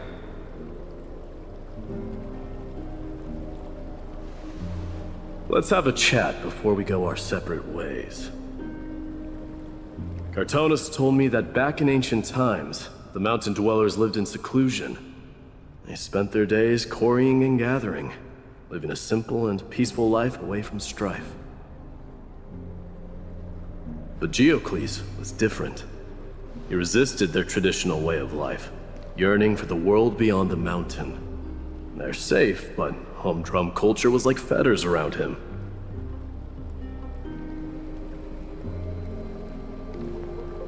He sounds a lot like you. Yes. That is why he, too, faced the same dilemma as I do. One day, during one of Geocles' many ventures beyond the mountain, he spied a battalion of Ladonians stationed at the foot of the mountain. The Ladonians were at war with their arch-enemies, the Companions, and they used the mountain as a base to carry out guerrilla warfare operations. When Geocles, who had taught himself the common tongue, approached a soldier, he learned a shocking piece of news. Ladonians were planning to plant mines and explosives all over the mountain, and then lure their enemies within. With danger lurking with every step, the mountain dwellers' homes were no longer safe. Geocles quickly returned to his village to bring the news to his people. But... let me guess. They refused change and chose to put up with the situation instead. That's right. The mountain dwellers were fearful of even the smallest change to their lifestyle, let alone leaving their home. Despite the imminent war, the elders would rather negotiate for peace instead of leaving the mountains. This made Geocles both angry and sad. But he didn't give up. If you were in his shoes, what would you have done? Lead my people on a resistance, perhaps. I'm not sure. I can't think of a solution that would make everyone happy. A solution that would make everyone happy, huh? That's how naive we are. Well, let me tell you what Geocles did. He took the mountain dwellers' store of gemstones and traded them with the Ladonians for a massive amount of gunpowder. But he didn't do this to fight the Companions. Under the cover of night, he set ablaze the forest surrounding the settlement, forcing his people to flee the mountain. That great fire marked the beginning of mountain dweller history. Since then, their people became part of civilization, and giants became a common sight in the holy city. Meanwhile, that mountain they once lived in has turned into little more than foam inside the black tide. But leaving their homeland also brought many mountain dwellers misfortune. They were hunted by Kremnoans or enslaved. Indeed, that is undeniably also part of their history. But that is Geocles for you. The merits of his actions, or lack thereof, have been scrutinized by many, but historians nevertheless hail him as the Mountain Breaker. Why do you think that is? It's simply because he took action and enacted change with his own hands. He didn't try to make everyone understand him, nor did he even waste time trying to make everyone happy. He started a great fire and burned the shackles of tradition to ashes, and then forced everyone to march toward the coming of a new era. You've made up your mind, haven't you? I'll be leaving Akuma soon to fight the great darkness of this world, and to shoulder Nikador's destiny. So, listen well. If there comes a day when we meet again on the battlefield, and I stand opposed to the flame chase, remember to stab your sword into my back through my 10th thoracic vertebra. That's my weak spot. And the only way to kill me.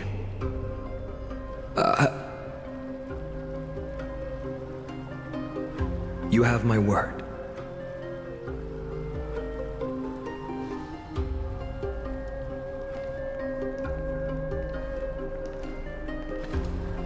Go now. The battlefield calls. Send that flame-thieving hyena to their death. But if you find yourselves with no other recourse, pray to that blade in the sky. And loudly call out the name of the new god.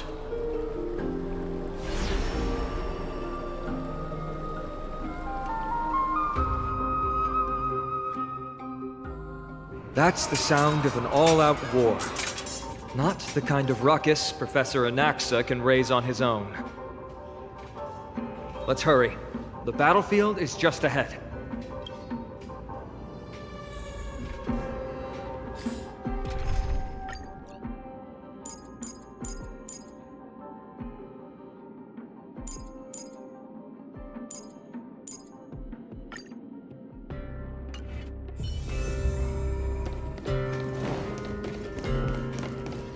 No way. A Kremnoan. I didn't think she'd manage to send the Kremnoans to assist. Brave warrior, what's the situation on the front line?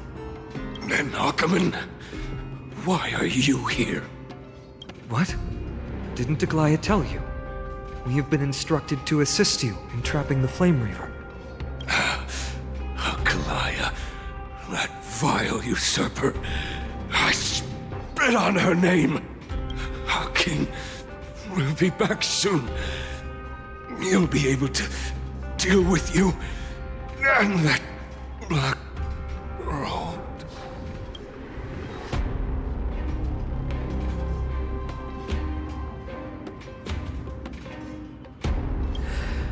The Kremnoans really are just like their king. Rest in peace. May your glory last forever. Did they come to fight on their own accord? Or...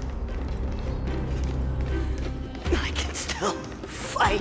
You must become king.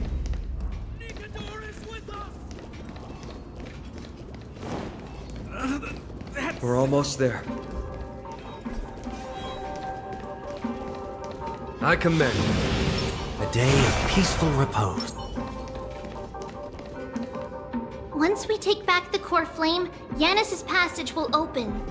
When that happens, you must evacuate immediately. Don't stay behind. The rest will be up to how well we work together. But remember what Mighty said before? Cast aside all distractions once you're on the battlefield. Let's go, partner. Today, destiny shall stand with us!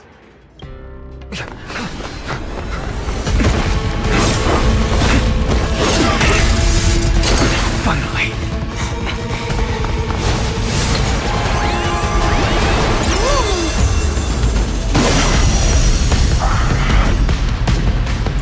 Pent in the memories of the dead! Executioner! You sure know how to keep a man waiting. Any later, and I fear the Titan would have sacrificed me. Frail child of humanity, 'tis more effort keeping you hale and whole against that blade than it is in seeking the truth of the world.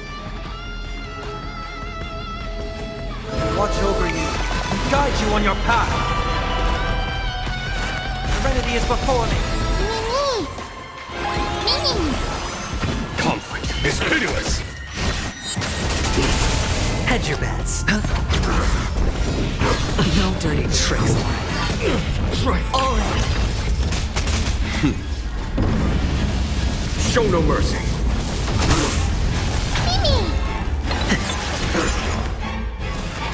Down, farewell. There's no time to lose. Here is thunder.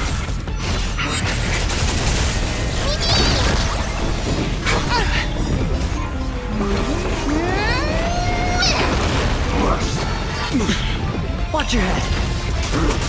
Sure, I'll play along. It's on me. Many. Serenity is before me. Watch over you and guide you on your path. Conflict is pitiless. Show no mercy.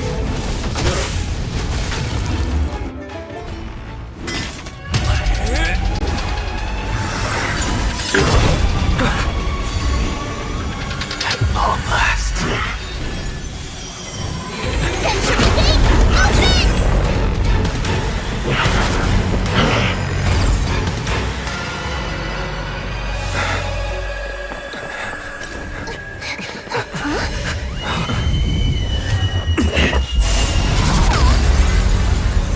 How embarrassing.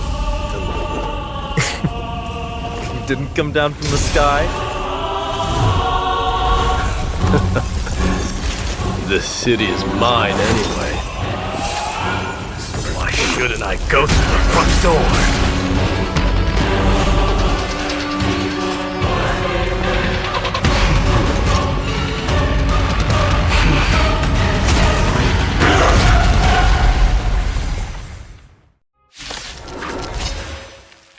Minion of the Black Tide. I, King of the Kremnoan Legion, will be your opponent today. Long time no see, Nikador.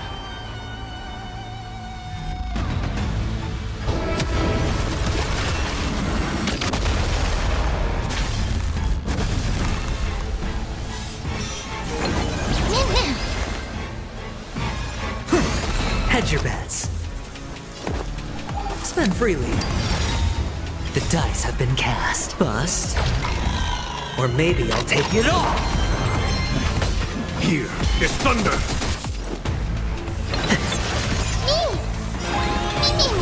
Follow my lead. Such petty tricks. Conflict is pitiless. Serenity is before me. There's no time to lose. Show no mercy.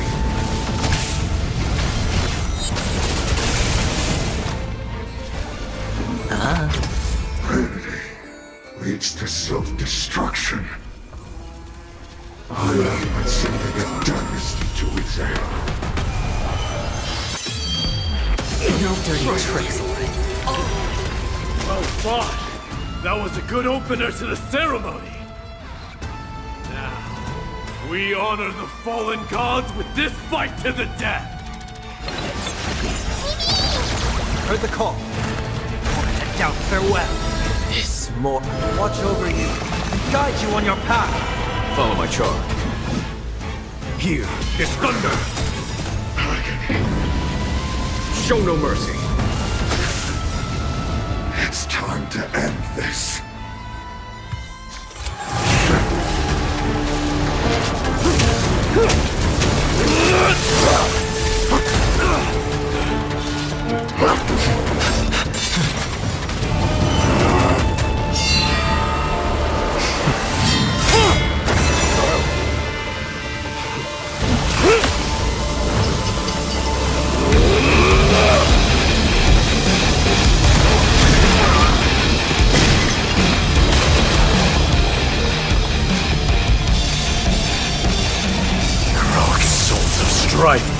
Heed my call! I am the Lance of Fury. The agony this world needs!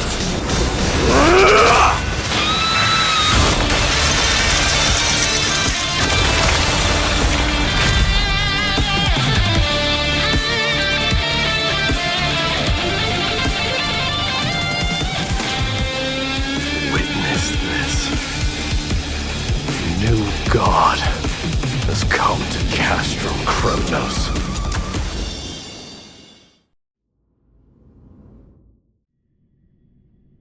Look! The warriors have returned! But are the rumors true? Has Ornyx fallen? It's as the Council of Elders said. We face a dangerous threat. Yet the Chrysos heirs are only inciting more chaos. They don't care about the people's safety. They really gave the core flame of strife to a Kremnoan at the end. What a noisy crowd. This, doesn't feel right. It's probably because Orynyx is gone. Orynyx was a generous titan in the eyes of the people. They graced us with miracles, allowing humanity to reap many a convenience from the past. What they don't know is that the Titan didn't do all of that of its own volition. Regardless, the Titan has fallen, and we must surrender Orynyx's core flame. A meeting with that woman again so soon? I just can't catch a break. Professor Anaxa, why don't you find someplace to rest first? Matters that require Aglaya's attention are piling up. You two meeting again will, forgive my honesty, only distract her. Just try to stay on your best behavior, if you know what I mean. That's not up to me, I'm afraid. I've been trapped in her prison the moment I set foot in this holy city.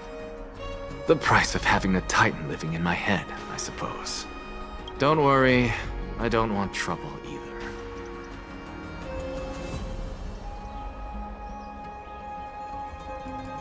They have differences in ideology. All right, I suppose that's putting it lightly. Don't worry, you'll figure out the intricacies of these relationships sooner or later. I'm sure you don't need my help handling Orynyx's core flame. So I'll be off.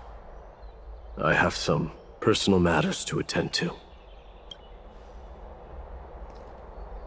It somehow feels like D has closed himself off even more after he completed his trial. Yeah, a lot has happened in the past few days. You've been lost in thought for a while now too, Treeby. Did Trinon bring news? Yes. She has found Trian. She was at the bottom of the valley outside the temple, but that's where the good news ends. I'm sorry. It's all right. They also found someone else besides Trian. He was no better than a corpse when Trinan and Hyacinth arrived. He had suffered more cuts than could be counted and leaped off a cliff from a great height, all to free Trian's body from the clutches of the black-robed swordmaster. What a brave soul. Do we know who he is? Yes. It's Krateros.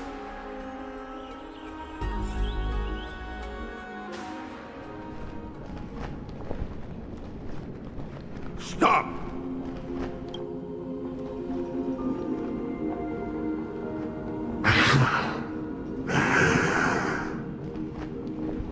If you want this girl dead, you'll have to kill me first. How ludicrous. Your body made of flesh and blood as it is will not survive more than a single strike from me. Better to die in battle than return even in glory. As a Kremnoan, I know not the fear of death. She's lost her divinity. I have no interest in an empty shell. But answer me this, child of strife. Why do you raise your shield for her? As the leader of the God Shield Brigade's elite, I protected the king against the Black Tide with this very shield. And I've done this over and over, hundreds and thousands of times. A pathetic killer like you could never understand the weight it bears. Pity. And crumble like rusted iron. Good! Supreme glory shall be mine, as I indulge in the libations and incense offered by my descendants. Come, let us fight! For Kremnos! For my king! For Amphorius!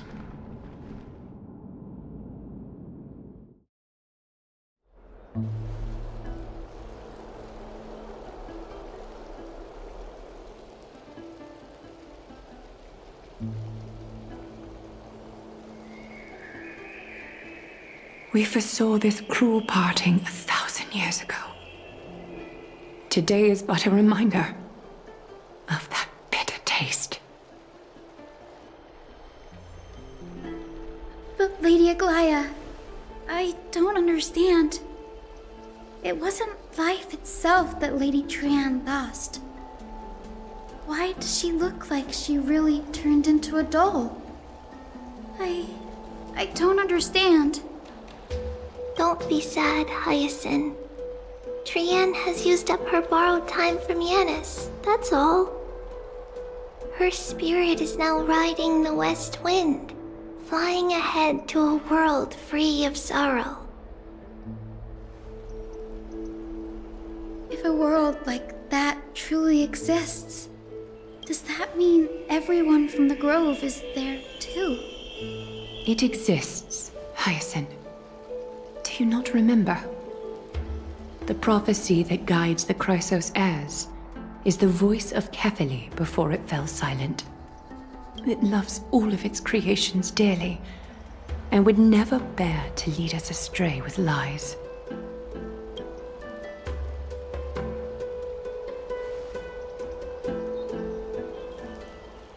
What about the Crimnoan veteran? How is he doing? The Twilight Courtyard has done all we can. Even so, we've only managed to keep him from breathing his last. I had to use the Sky Priest's techniques to help him to walk again. But if light ever disappears from Akama for good... No. Let's hope that never happens.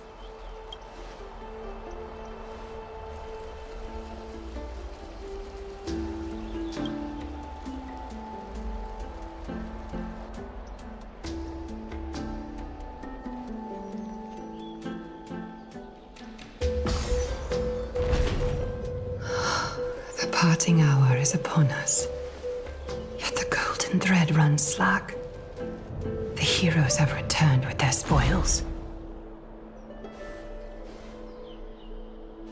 Everyone, please take this opportunity to rest and prepare for what awaits us.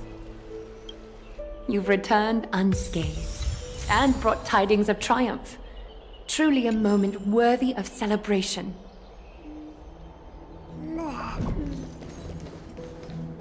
It's incredible to think that we returned Nikador's core flame not so long ago.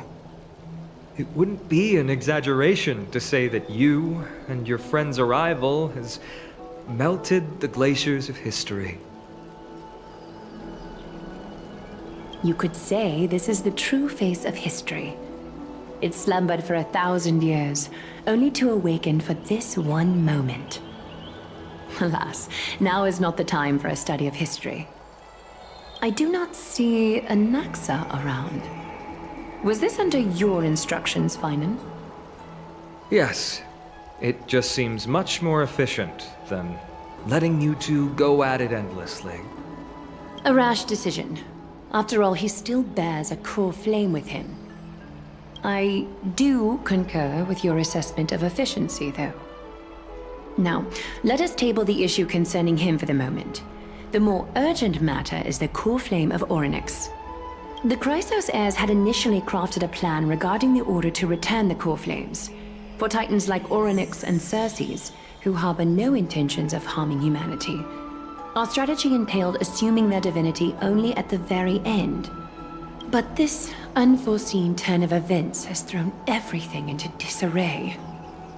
If we don't return the core flames to the vortex of Genesis, and we leave the Titan's divine positions vacant, we can't even begin to imagine the disaster that would follow.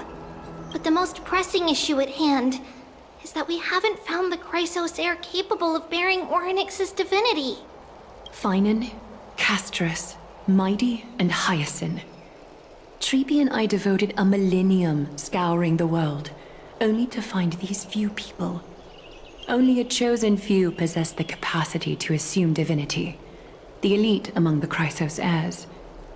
We would never hastily extend our invitation without first verifying their potential to bear such power. Yet we cannot compel anyone into divinity, as it would be no different from sentencing them to the gallows.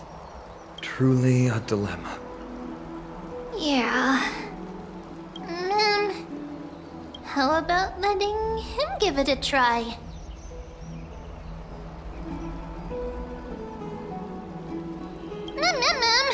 Mem special, mem. Mem.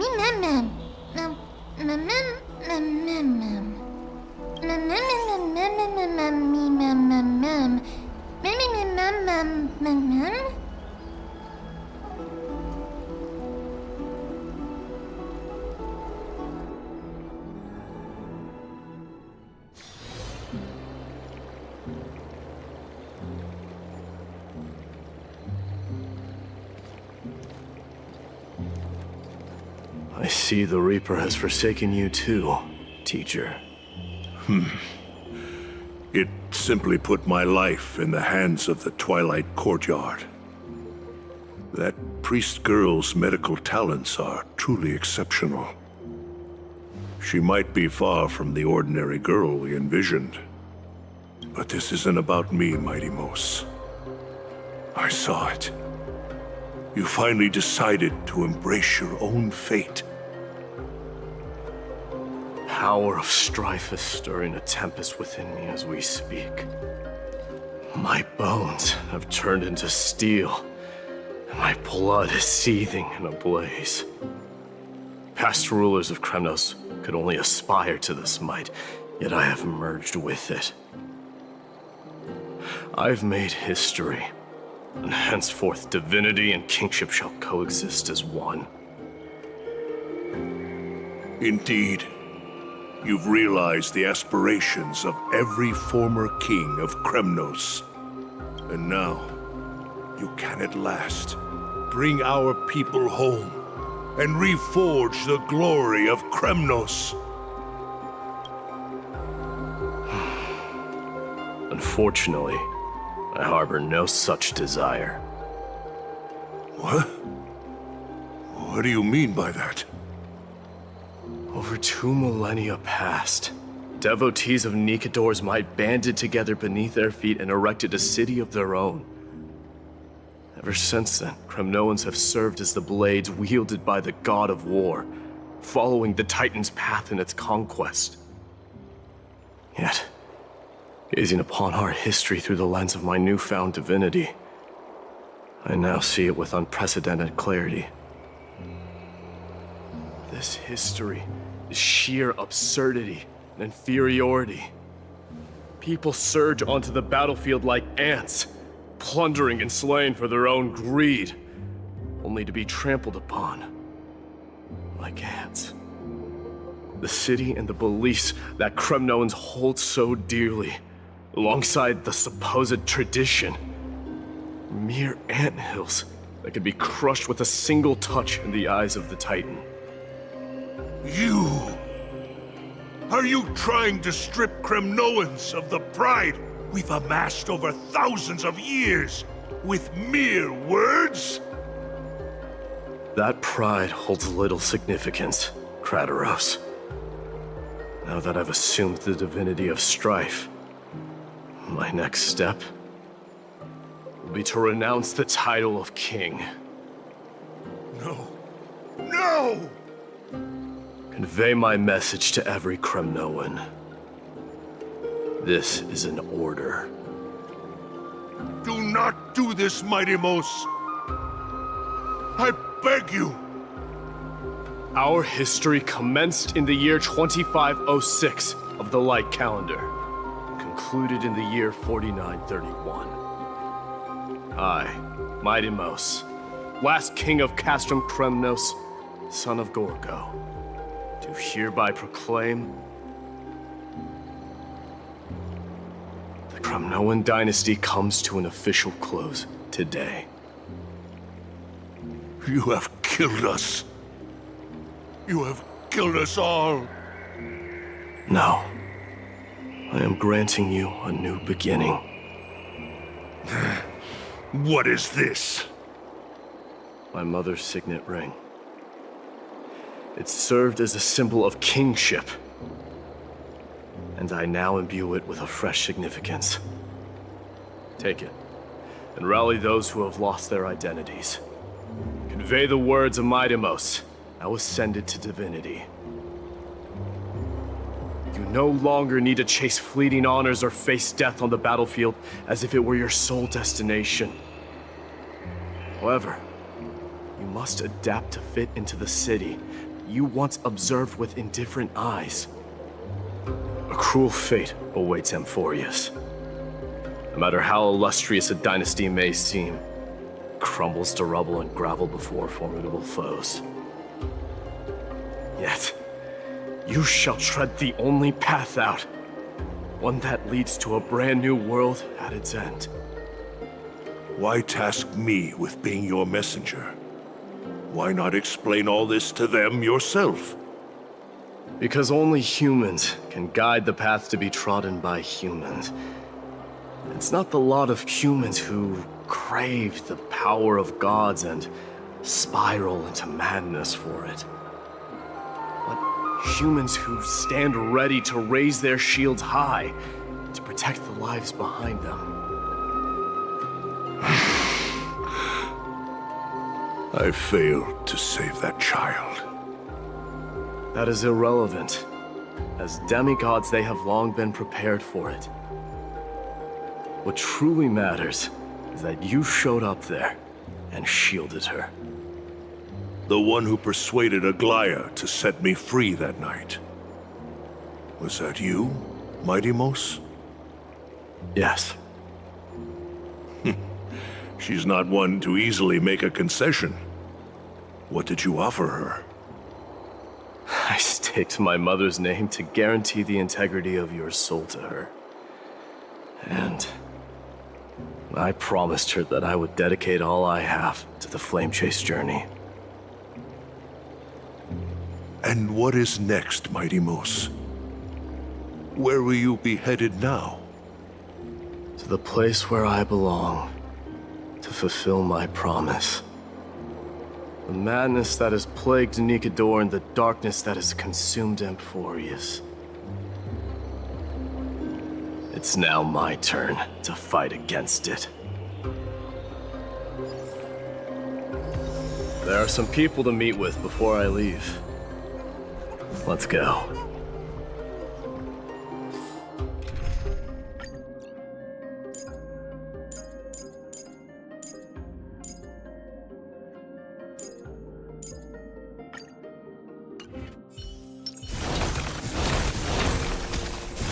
Submit or die.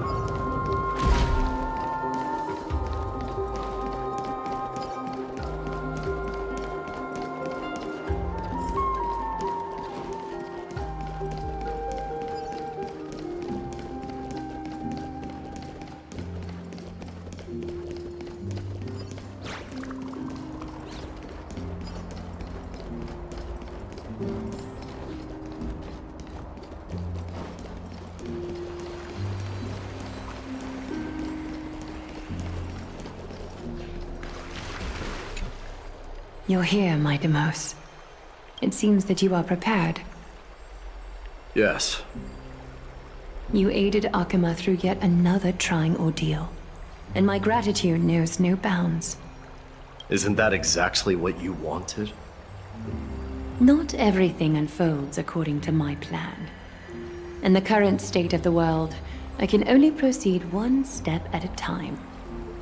Furthermore, you are ready to dedicate all that you have, regardless of the promise you made to me, aren't you? Throughout my time in the Holy City, I've gleaned valuable lessons from you. Strategy, leadership, and adaptability to change. Yet, it's only recently that I've come to realize the truly remarkable quality you possess. And what is it? It's the magnetic allure in your presence. It draws people to gather around you willingly, to seek your guidance. They strive not to disappoint you, not due to fear of repercussions, but out of sincere alignment with your ideals. That is precisely what every ruler of Castrum Kremnos has been missing. I am truly honored to hear that.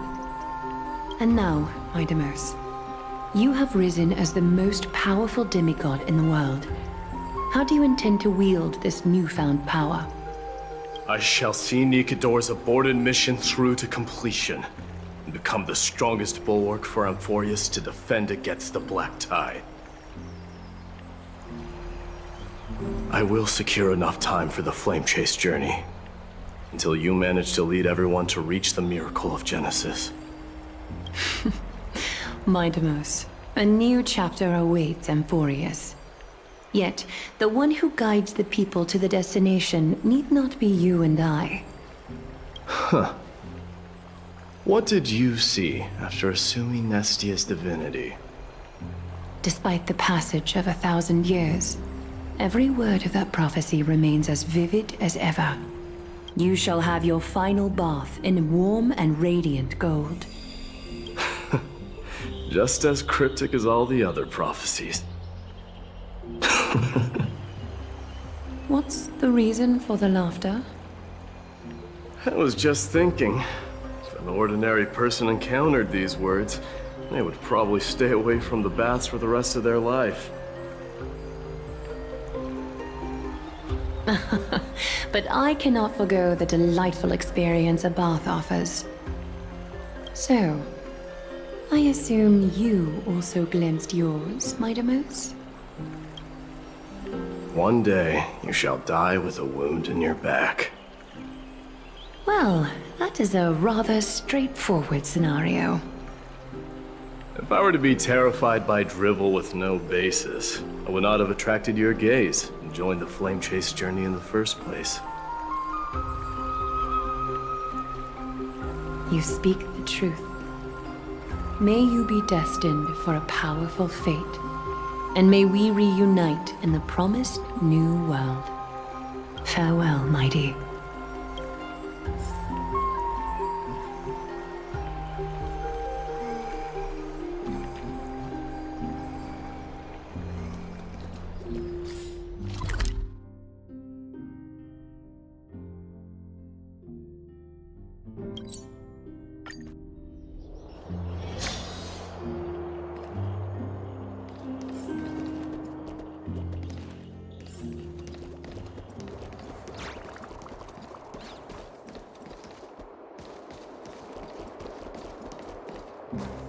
Is Lady Trebios not here?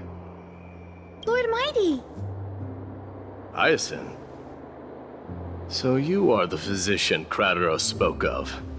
It's no wonder then that he was pulled back from the brink of death. You have my gratitude. I can take that as a compliment, right? I've heard about what happened at the Grove. I'm deeply sorry for your loss. I've heard far too much about death and grief recently. To quote Lady Treby, we should all focus on tomorrow, shouldn't we? That's a valid point.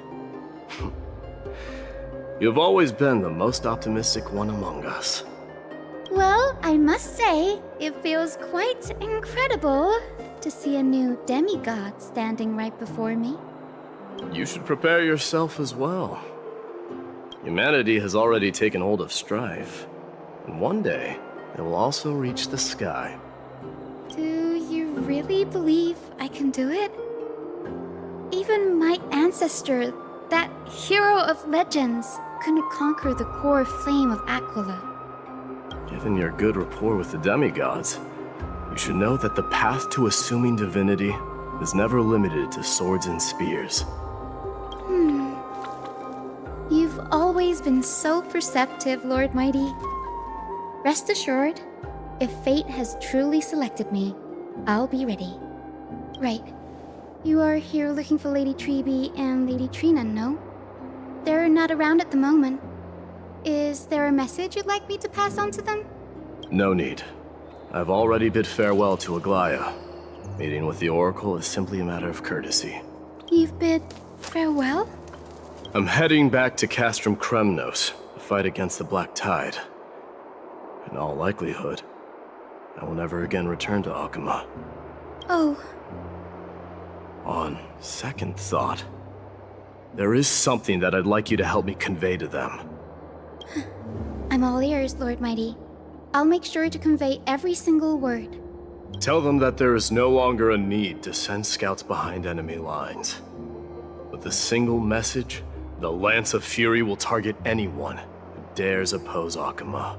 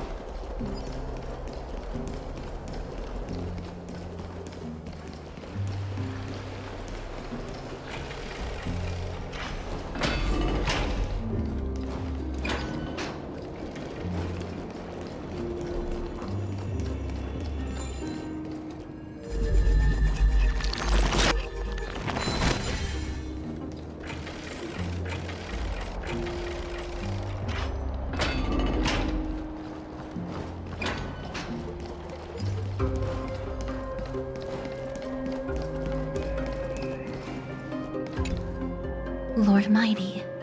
I'll be embracing my destiny before you do, Castorus. Can you feel Thanatos right now? I don't feel them at all, regrettably. You have been painstakingly seeking that Titan for so long. But have you ever considered reaching out to me for help? You mean... Death refused to ferry me. If you were to send me to the Netherrealm, I may uncover clues along the way back. I would never do that, Lord Mighty. Death is not a game. You're right. That may very well be the reason why my people have struggled for millennia. They underestimated the significance of death.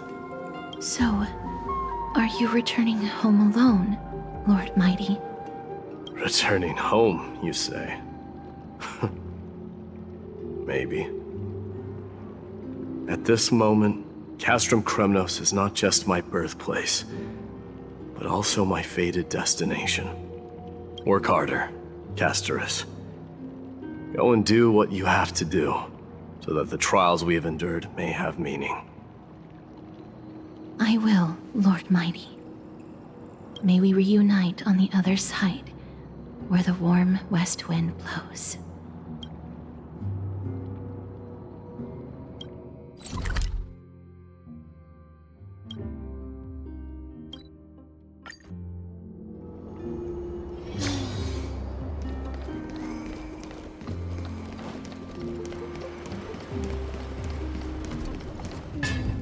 King of Kremnos, without the signet ring, but looking more like a king now.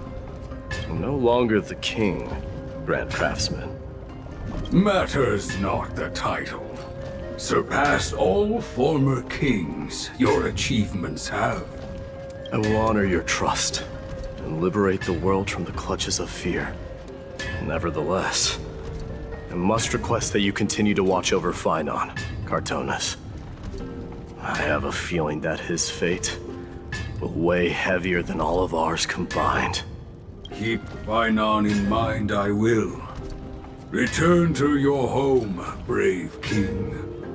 Together with everyone, I shall remain here.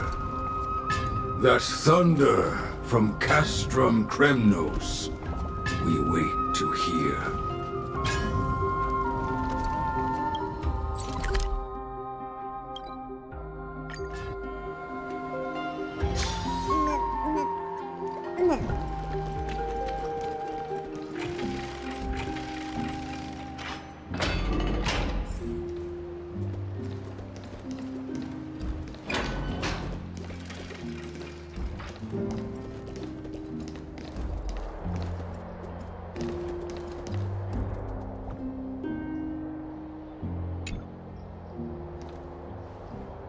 Outlanders? No. Trailblazers. I will soon make my way to Castrum Kremnos. If all goes according to plan, this may be our final meeting. I just want to let you know that I appreciate everything you have done for Amphorius.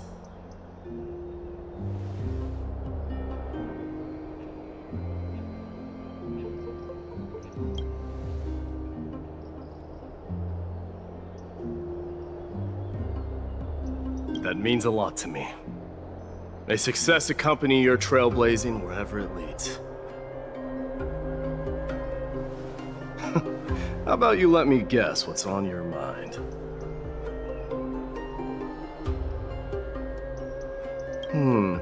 Are you drafting a sentimental farewell speech?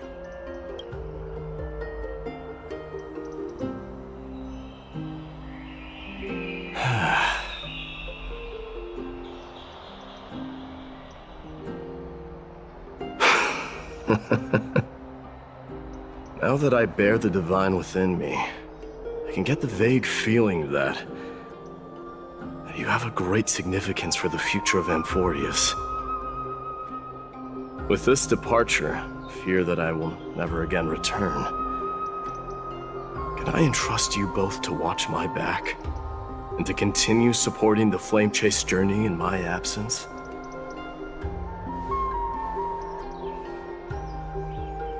You have my gratitude. Then, farewell. Yes?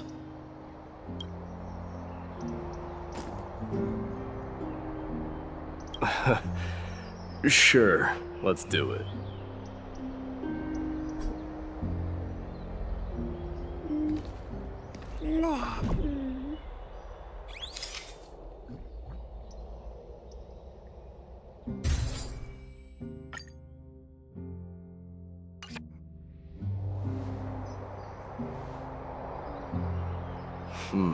Well, feels peculiar, I suppose.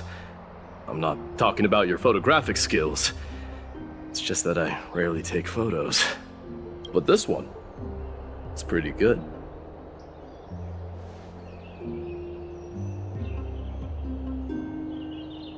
I wish the same for you during your time in Amphorius.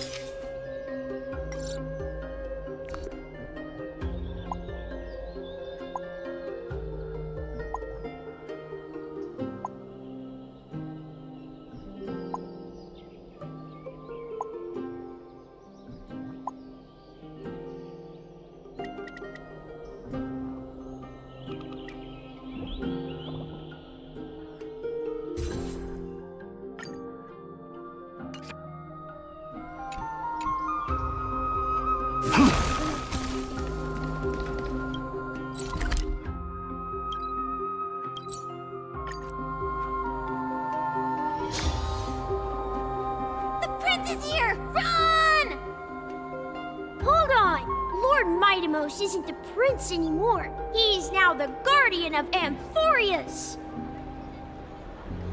What's going on?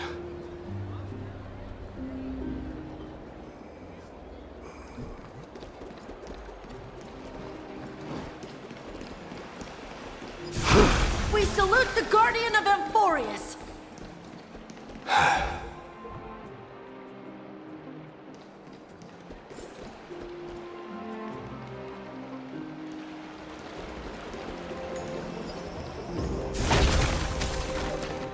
We salute you. May glory be with you. Return home on our behalf, guardian. Farewell. It's been a while, Guardian. Guidance. I should have known you were the mastermind behind this. Hey, don't go pointing fingers without cause. I swear I'm innocent this time. See those kids over there? They're the ones who brought everyone together.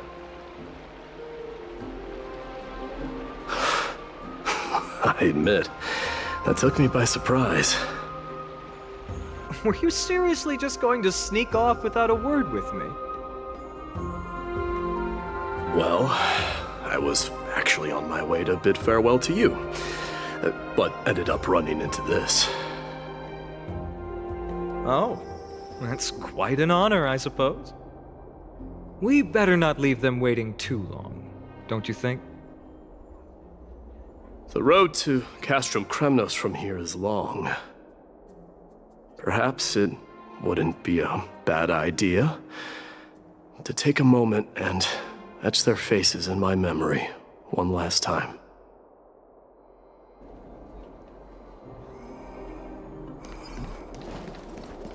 I think I see more than just the Kremnoans here. You're now the guardian of Amphorius, after all.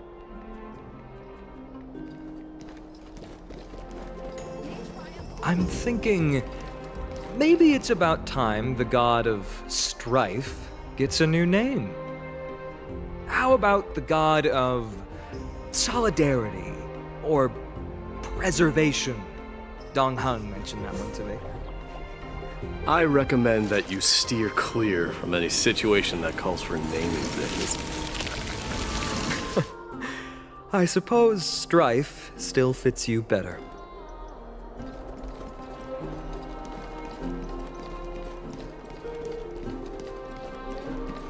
Farewell, Mightimos.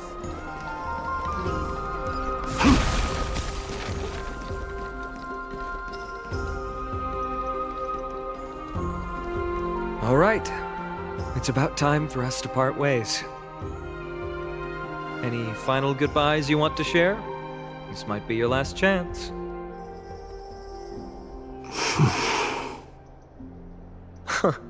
Why so quiet? I thought divinity would wash away some of your sentiments. Do you truly feel as carefree as you seem? Or is this just a facade you wear? You know what? You sound just like Aglaia at this moment. But you're not off the mark. I just thought that putting on a nonchalant front for this occasion might help us preserve some dignity. I can see through your deception, even without the power of mind reading. Am I really that terrible at controlling my facial expressions? Well, with that said, thank you for aiding me in defeating my archenemy, Mightimos.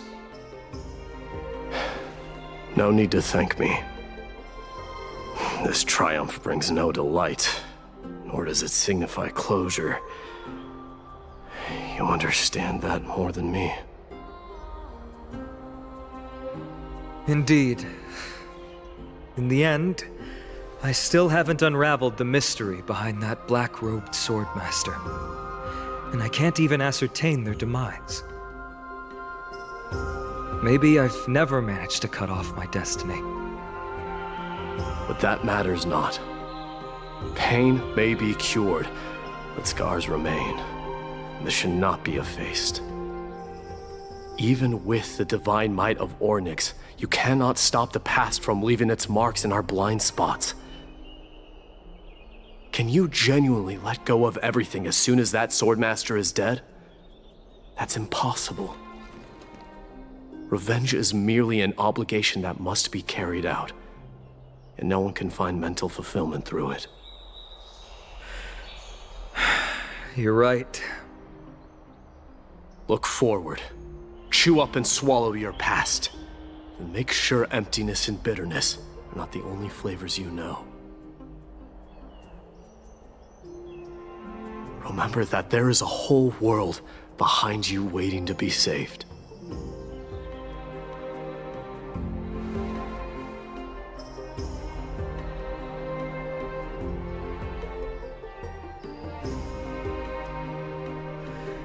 I will keep that in mind.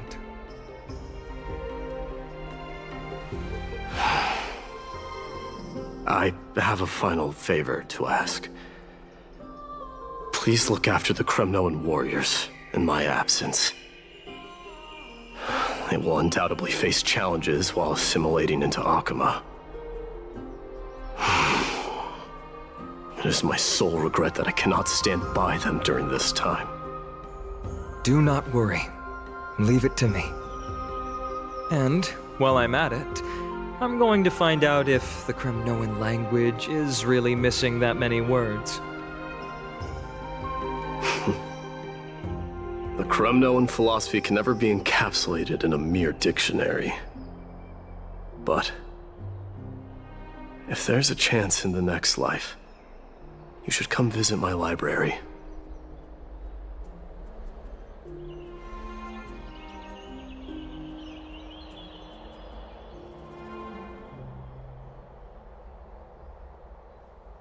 I'll be on my way, Deliverer. Remember to stay alive till the final act. Yes. Same goes for you. Don't die too easily. May triumph always be yours, Midamos.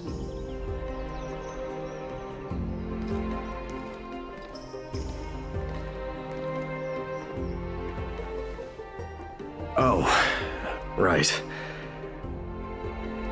One last question. Go ahead. You better not leave any regrets behind. Are you the one who told Cartonis about the signet ring?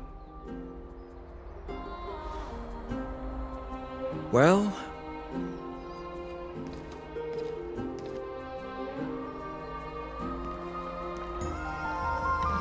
who knows?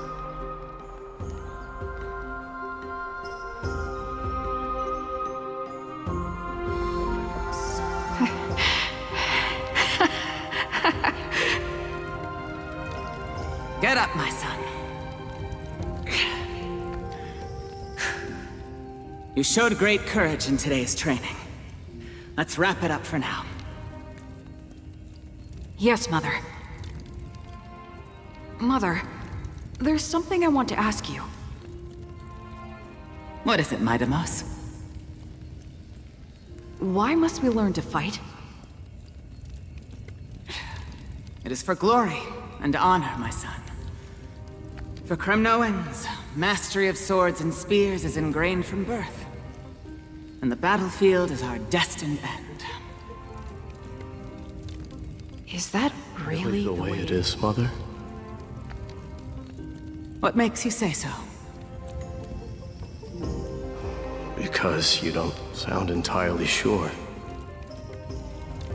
You're right, Midamos. I once believed those words, without question. Until your father cast you into the Sea of Souls. It was at that moment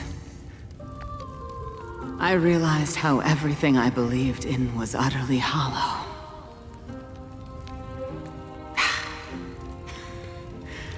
Perhaps the spirit of Kremnos had once existed. But as greed bloomed in the hearts of humanity over the years, such spirit had long faded alongside our glory. I no longer put my faith in any oath or doctrine. Now I have just one role. That of your mother, Midamos. Your guardian.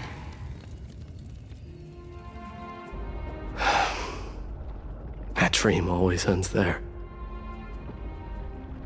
The journey back to Castrum Kremnos is proving to be longer than expected. Krateros said that shortly after my fall into the sea, my mother challenged my father to a duel. She died through father's treachery, and I never saw her face. Yet each night she would show up, waiting by the flickering firelight. I always anticipated the sequel to that dream, believing she had more words of wisdom or guidance to offer. But now, I think I finally come to understand. That is all she wished to tell me.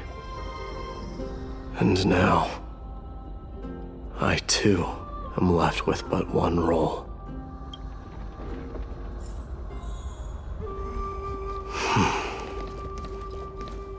It is time for this journey to reach its end.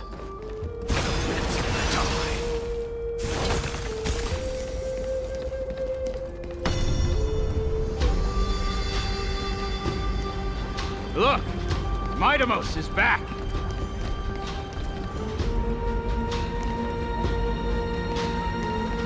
Glory belongs to you! We've got fresh pomegranate juice. Want to try some?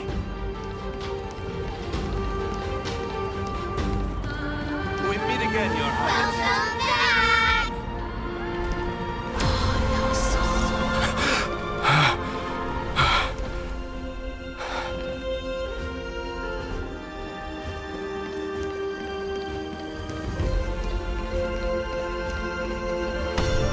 How was your training? Ooh, say, come and check out what I just wrote. You're looking well. Midamos! Did you just come back from training? May Nikador defend you! It's been a I'm while. gonna beat you at the festival. Welcome home, Midamos. Have you found something?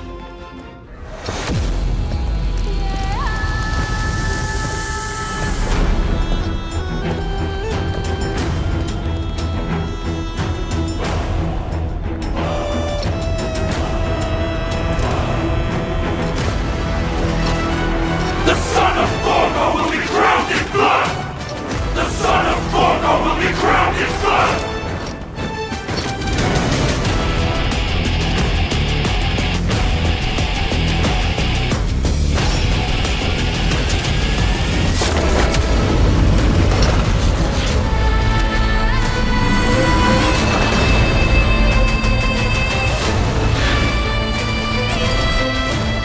Mother, I am home.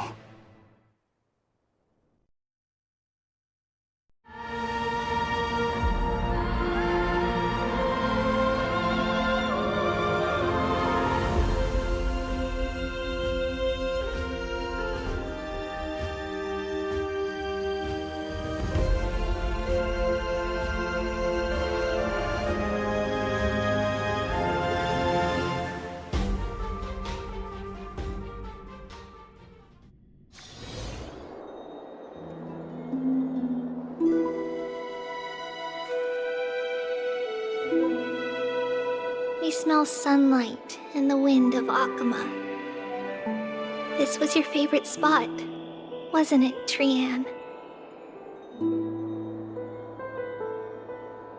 Lady Trian, why did it have to end up like this? Take it easy, Cass. Departure is a part of life. It's just that ours isn't as tumultuous as it is for ordinary folks. When we started our journey, Yanis had already provided their prophecy, Just like how that Titan divided themselves to create the countless passages in the world. It's only natural for us to follow the same path since we inherited their destiny. If you don't mind, Treeby, are you still willing to unveil that past for us? The past regarding the prophecy?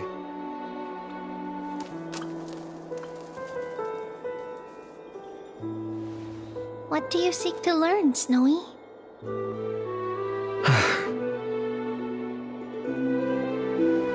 Mightimos has left the city to face his own fate. That is, the fate of every demigod. We will all eventually let go of our past to follow the same path as his. So, what I want to know is, as Amphorius' first demigod, what compelled you to take the first step on this journey? And what has sustained you to make it this far without looking back? Despite the fracturing of your body and the numerous departures you have endured.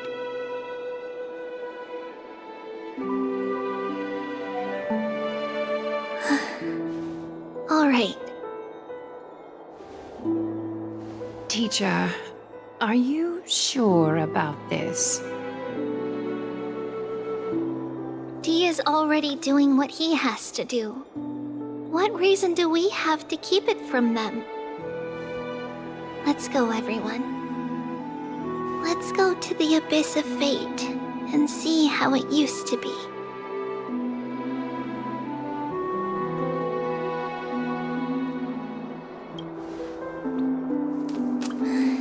Then we will leave it to you. Trinan, would you mind? Treeby, are you not coming with us? I want to stay here with Trian for a bit longer. I see. We'll be off then. Take care. Since you have made your decision, then let's proceed as you wish. See you later, teacher. Cass, are you not going with them? No. I'd prefer to remain here to accompany Lady Trian. She hated being alone. What's this? A little gift that I had hoped to deliver to her personally. Though fate had other plans. Oh. So you saw us arguing that day? Yes. I figured Lady Trian would like it a lot, so I bought it. I see. Cass, you know, I recognized it immediately that day. It truly is an authentic piece from Yanisopolis. Then why? It's just that Trian had forgotten far more things than I. For example, she forgot that this glass object meant something unfortunate according to the traditions of our homeland. I'm sorry, Lady Treeby. Should I... No need to apologize, Cass. At that time, I simply didn't want her to be trapped by our past, especially considering how much time had passed since we left home. But now... it might just be the perfect gift for Trian. All shall bid farewell to one, and that person alone will witness the miracle. While you and I have long accepted this absurd fate, they remain fresh and inexperienced.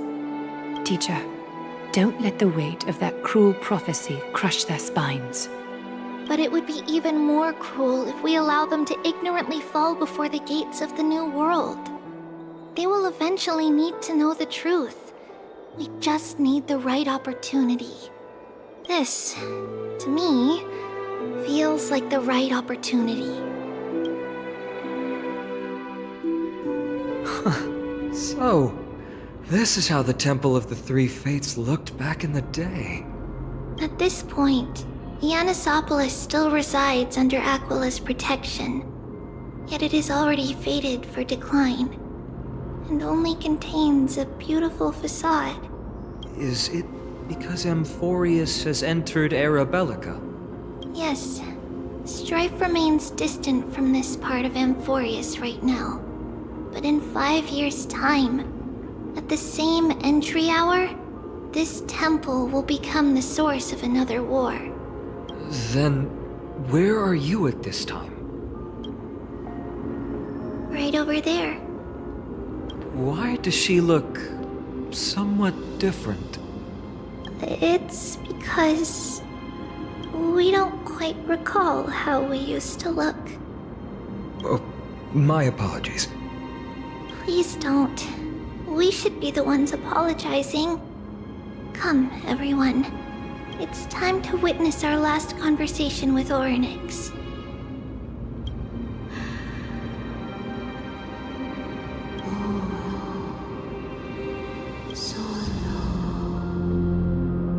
You're here, Orynyx.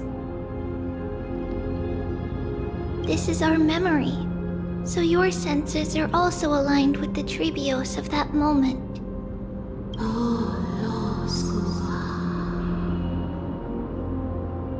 False prophecy, huh?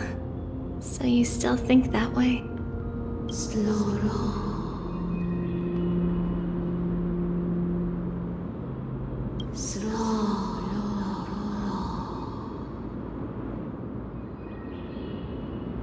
But the Black Tide has already arrived, and Yanis remains in slumber.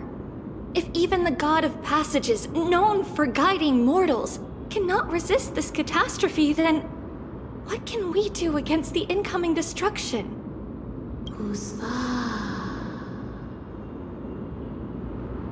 Those chosen by fate would never have their family taken from them. And how can I alone remain safe and secure while watching the entire world crumble before my eyes?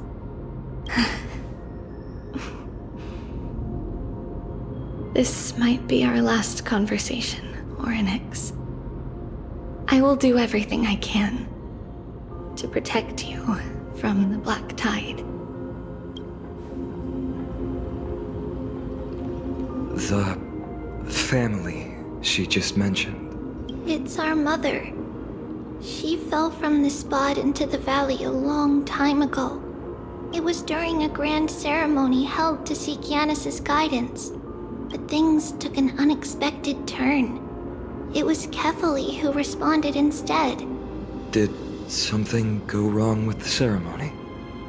Yes, but those two occurrences were in fact unrelated. Kefali's response was simply a coincidence. On that frosty night with treachery abound, as the Holy Maiden of Yanisopolis met her demise, the world-bearing Titan also fell in another corner of the world. Let's keep up with her. This story... she should be the one to tell it. That thing ahead. It's the altar of Talantin.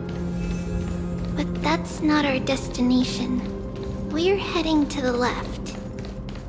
This place used to be passable.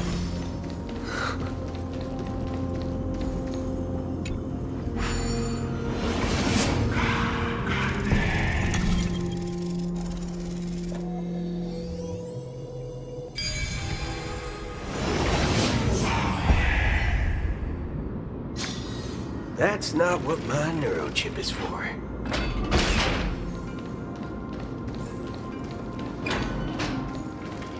I never thought there would be such a hidden space in the abyss.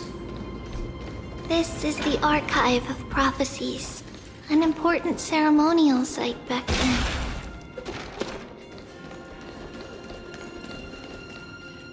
Is this Yanis's maze that Trinon used for divination in the past? Not only that, it also serves as a lock. Our childhood abode lies sealed within. This is the largest puzzle I've ever laid eyes on.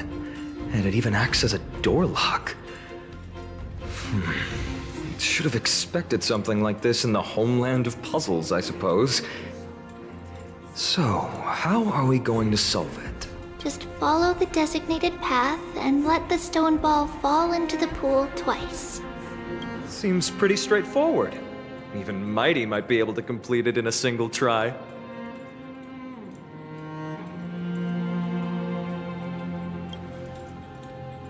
You still don't know him well enough, then.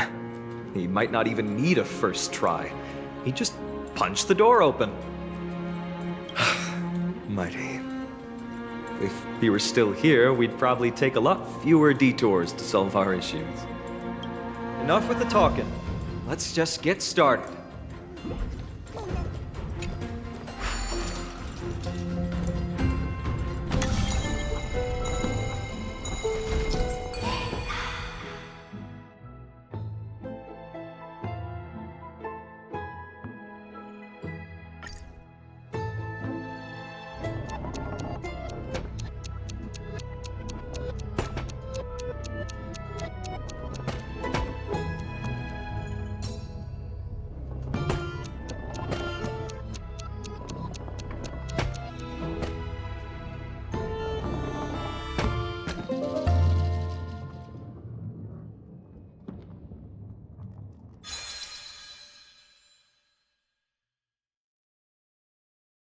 Impressive. You too have the makings of a high priest now.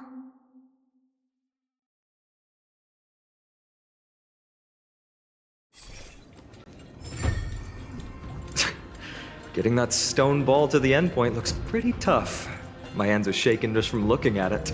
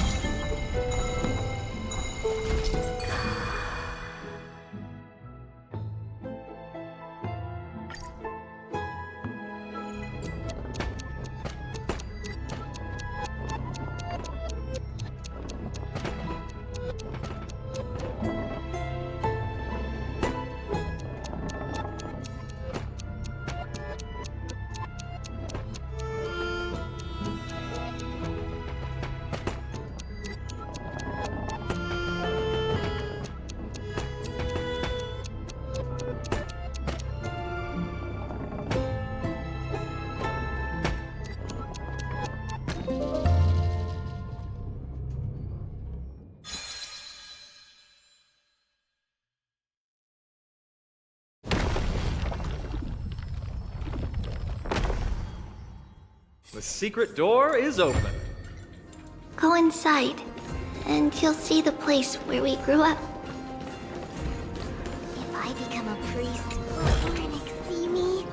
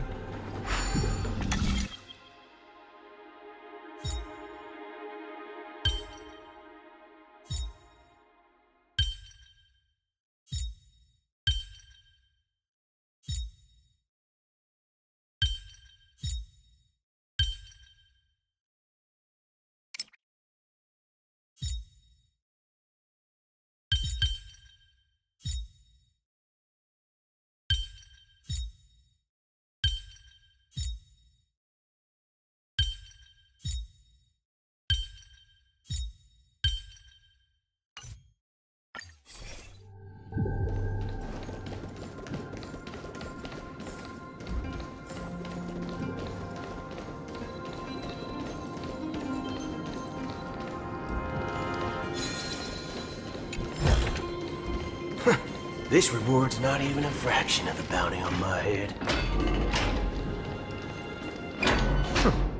You grew up in a place like this? By the time we were born, the role of the Holy Maiden had already diminished to a mere title.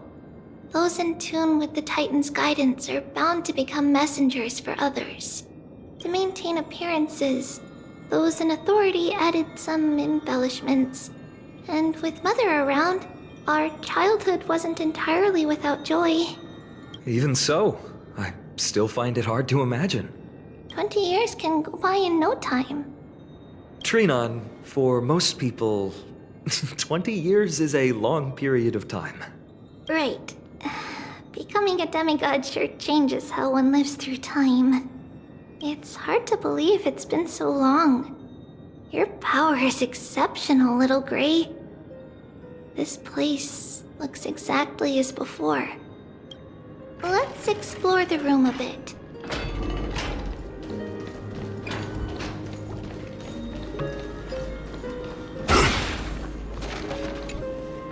There are so many boxes here. These should be our belongings. What's this? A red glass fragment? We were still very young the first time we saw it. Mother came back with a beautiful glass piece, but her face was streaked with tears. She simply placed it on the table. It looked so sparkly that we couldn't resist playing with it, but we ended up breaking it by accident. Mother didn't get angry. She simply held us quietly for a long time. It wasn't until we were older that we learned in Yanisopolis, if someone gloriously died for destiny, the Holy Maiden must pick a piece of glass from the volcano's quarry and polish it, then give it to the deceased's family. On the day Mother returned with the glass, her friend lost his life on the battlefield. Since he had no family left, Mother had to keep it herself. Later, on the eve of the ritual, Mother also gave us a beautiful piece of glass. Let's move on to the bedroom.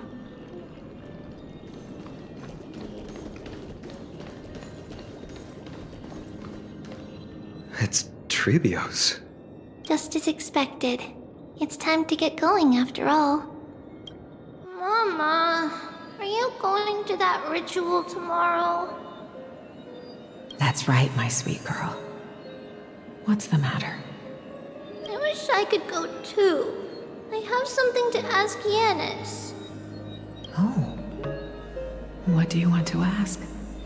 I want to know how to chase the black tide away. Ah, I see.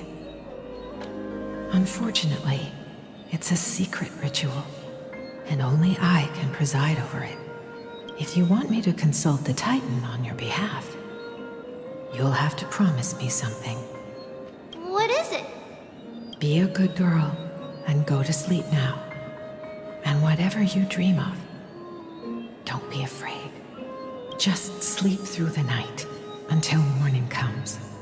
Until the next time Aquila opens their eyes. Can you do that for me, sweetie? That's it? Of course I can! Trebios is the most amazing Holy Maiden of Yanis! Well, little Holy Maiden. But why, Mama? Because this ritual might take a long time. How long? Tomorrow, my sweet child. I'll be back tomorrow. If not tomorrow, then the next tomorrow. If not, the tomorrow after that. But if I still haven't returned for a very long time, that means the ritual has succeeded. It means I found a way to chase away the black tide and reach the new world on the other side. But for various reasons, I can't return to bring my sweet girl with me. But I'll be waiting for you there. As long as you stay brave and kind, we'll meet again in that new world. It's the end of the west wind, the black tide's other shore. A radiant sea of flowers, blessed and protected by the gods. In the rosy horizon, you'll see a silver-white shoal. It marks the end of your voyage. A haven, free from storms, cold, and heavy rains. No sorrow can linger there. That is where I'll be, waiting for you. Wow, that sounds just like the island from my dream. Oh, I know. I'll turn the moon into a ship and the stars into sails to go find Mama. Pinky promise? Pinky promise. As long as you sail toward tomorrow, as long as the sun will rise for the next day, our wishes will come true together. If the final murmurs of the Titan are true, if such a place really exists on the shore beyond the Black Tide at the end of Genesis, then our promise still stands. Please, wait for me, Mother. After those 10 years of darkness, when Aquila opened their eyes for the last time, we finally set off. Where did she go? Not bad. How many credits is this one? This way. Now, we'll go through this shelf. But how? With Yanis's power?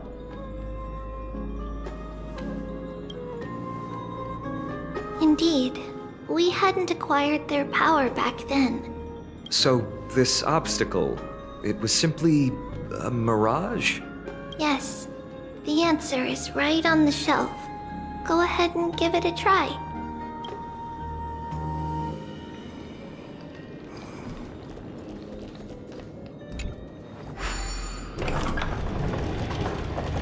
It's a secret passage.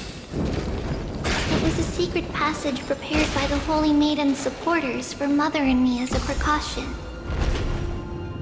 And now, it is turned into our passage to escape, just as anticipated.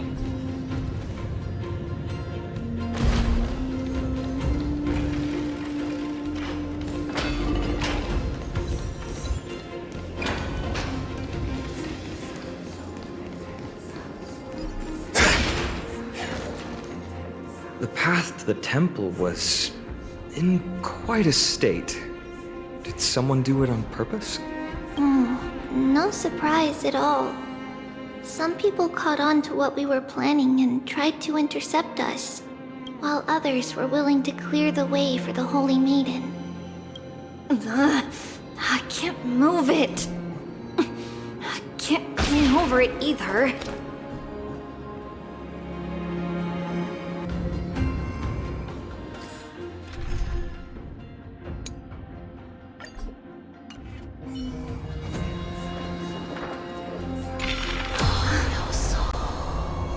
Time Titan?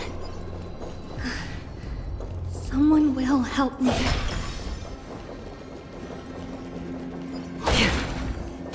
Stream forward, gleam of old blades.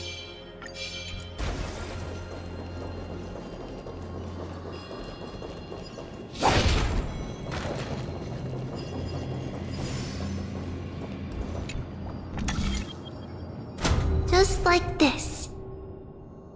Regardless of our actions, the past will remain unchanged. It was someone else who helped Trebios in the actual events of history. We don't remember the details. As for why memory recreated the past to be like this, it must be because it's closer to the answer within our heart. The passage is now cleared.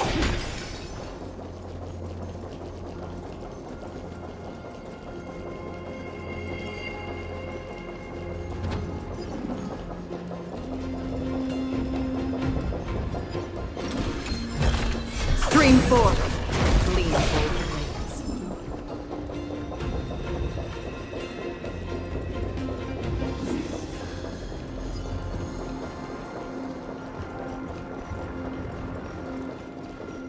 Ornix.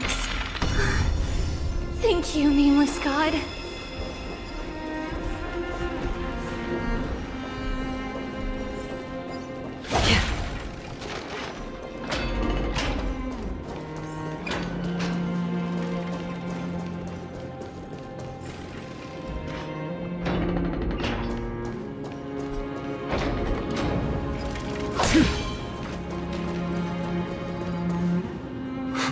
Whoa! It looked truly magnificent back then. Relax. Take it easy. All these people, they're just civilians, not enemies, correct? Mostly, but it might not be the case later on.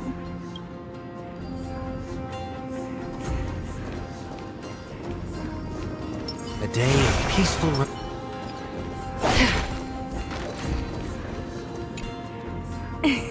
Hey, little ones. How did you sneak in here? Please keep it down. We have to be really sneaky to get in here. Okay. But what did you sneak in here for? I heard there's a lovely holy maiden living in the temple, and I want to meet her. I couldn't stop her, so I had to think of a way to sneak her in. Oh, really? I was here to meet the Holy Maiden as well, but the guard said she had to go somewhere far away today. Huh? What a bummer. Mommy even asked me to bring her gift to the Holy Maiden. It's getting late. We couldn't go home now, okay? Okay then. We'll come back next time. Thank you. By the way they are dressed, the siblings look like civilians living outside the temple. Mother mentioned that when she was a holy maiden, she caught a girl sneaking into the temple to steal the tributes. Stealing from the temple was punishable by death, but that poor girl had no family and just wanted something to eat. So Mother took her outside and even gave her some food. Perhaps these two children are the descendants of that girl from back then.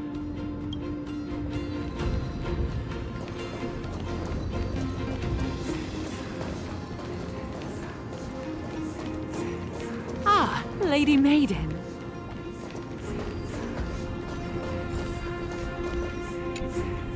Lady Maiden, you need to dress warmer. It's pretty cold out. Let me get you a blanket.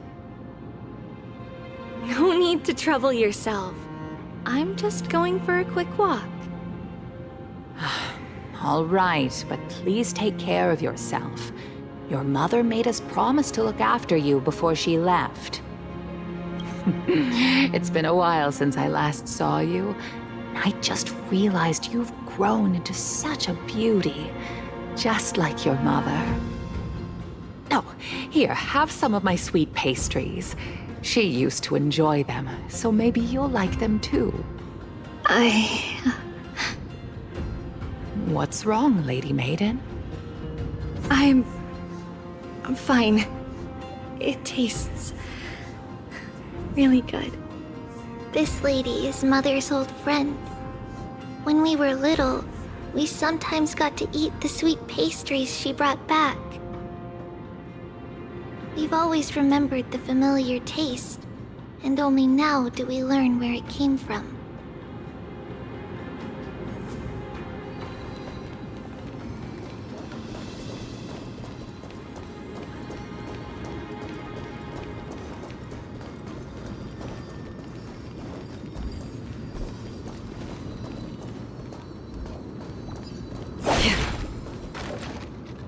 Apologies, Lady Maiden, but the Yanis vault is under maintenance today.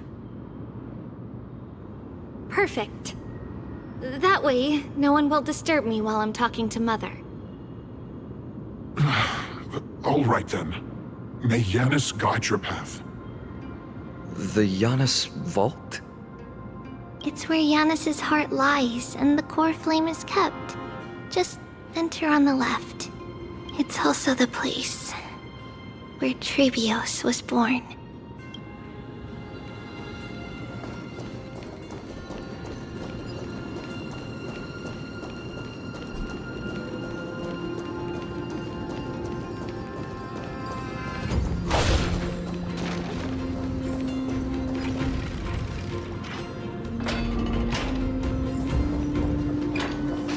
Trebios. What does that name actually mean? The one with 3 lives. Mother believed our birth was blessed by the 3 titans of fate. She named us thus to express her gratitude. Looking at how things have unfolded, fate might have had a role in it. Stream 4. Gleam of old blades.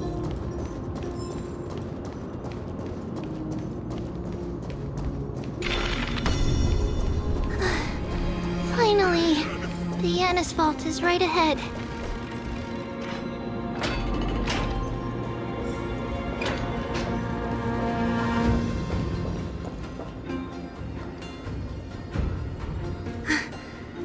At long last.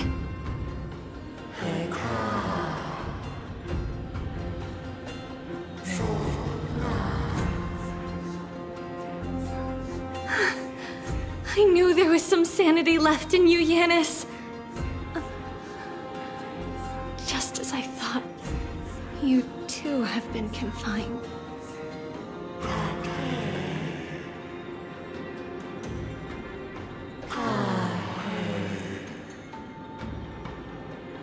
No, Yanis. I've come here to take on your fate.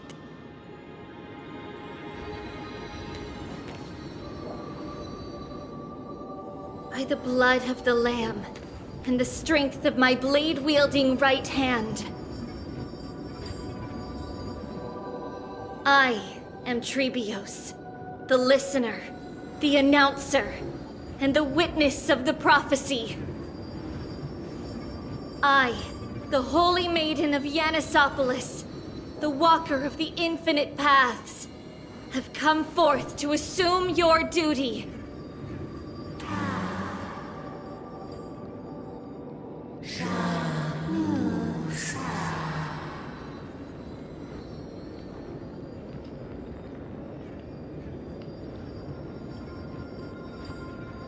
Just as I wished. This journey promises to be a long one, with 1,000 selves to accompany me. I'll never be lonely.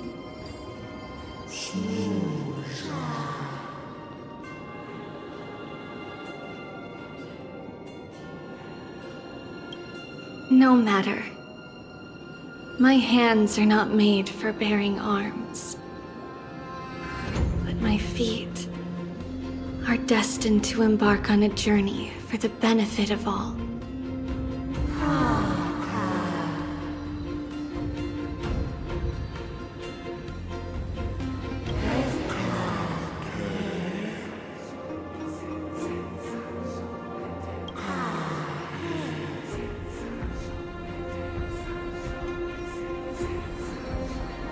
Without a doubt, Titan. Let the prophecy shatter me, so that I may open a myriad of paths for this imperiled world.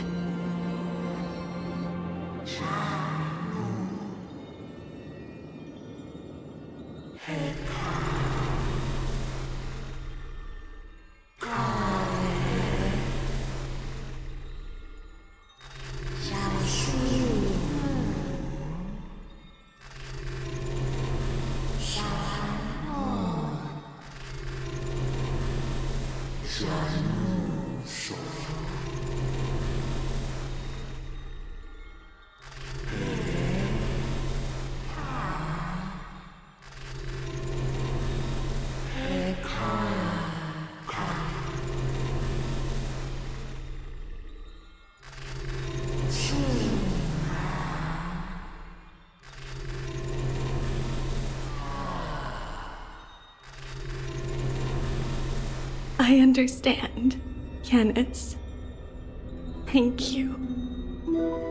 Now, may you rest well.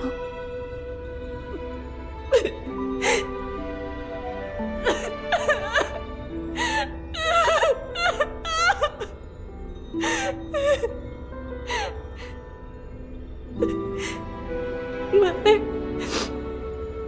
did you see that? I have assumed my duty and stand ready to set out. we will step over the gods' corpses and wander among humanity.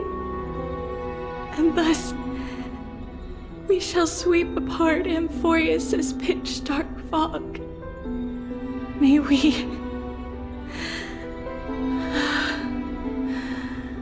the world follow the myriad paths trodden and reunite at the end of the west wind, where flowers bloom in spring. Mother, I shall see you tomorrow. Who dares lay hands on the core flame? Drop your weapon and surrender at once! I knew this would come. It's opening up! Move aside and get ready! The Holy Maiden?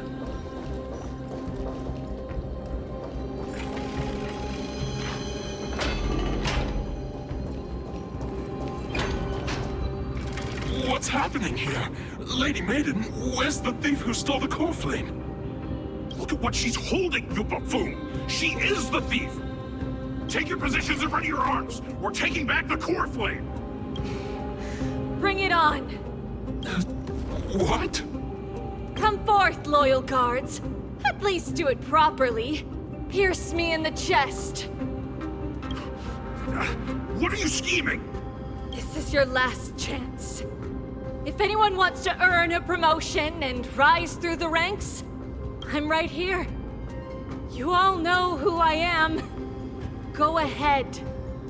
However, if there's still any loyalty within you, step aside for the Holy Maiden. Otherwise, by the decree of the Holy City's Codex, anyone who dares to harm the Holy Maiden shall face execution! Captain, what should we do?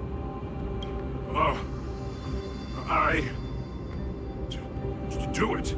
Kill her! If any of you want to get rich, then come with me. Take this traitor's head and wealth will be ours! We can't just stand by and do nothing. Let's move, partner.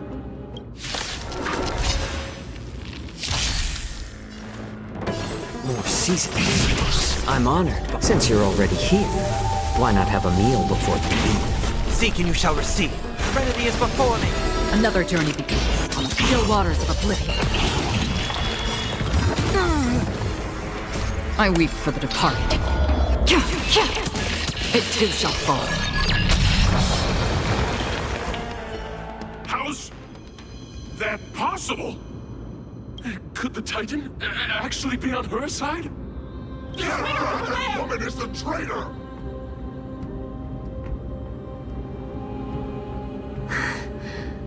I should go. Let's keep up.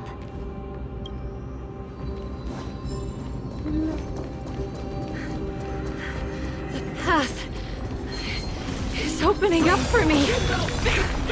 Oh, Dennis, protect me. Get her!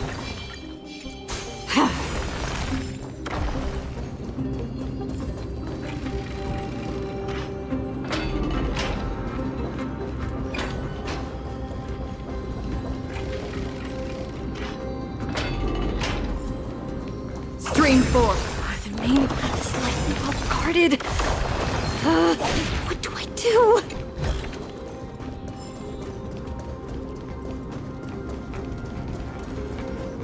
That redhead woman is the... Just as I thought. Inside!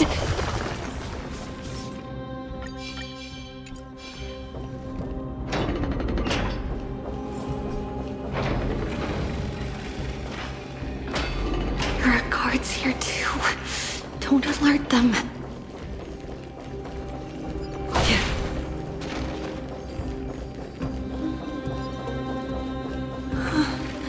At long last.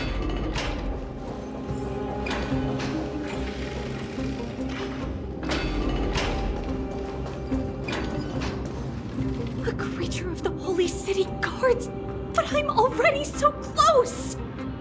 This should be the last fight. We have to help her get through. But I don't get it. This has been puzzling me for a while now. Who has been aiding Trebios in her escape?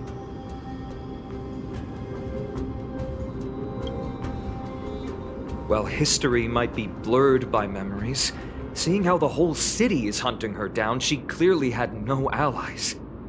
If she pulled it off alone, were we too involved in this process? Trebios had been on her own since she entered the vault. But what did we truly mean to her? You'll find that answer at the end of this memory.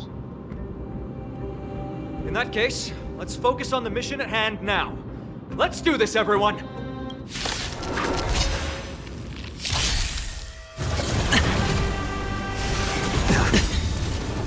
Using the toast. Watch over you and guide you on your path. A little more heat. I'll overcome the moment and doubt farewell. Destined for oblivion. Hedge your bets. Watch your head. No dirty tricks, all right.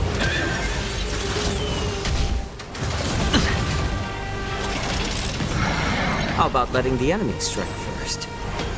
More seasoned. I'm honored, but since you're already here, why not have a meal before you leave? I weep for the departed. It too shall fall. Serenity is before me. On the still waters of oblivion. Sure, I'll play along. The dice have been cast. Bust.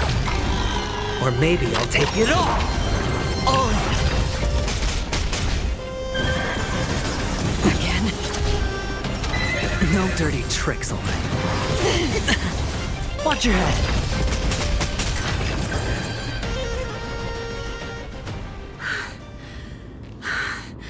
Finally, beyond this gate awaits a boundless world. This is where my journey begins. God of passages, can you see me? I will complete the path that you started. No response after all.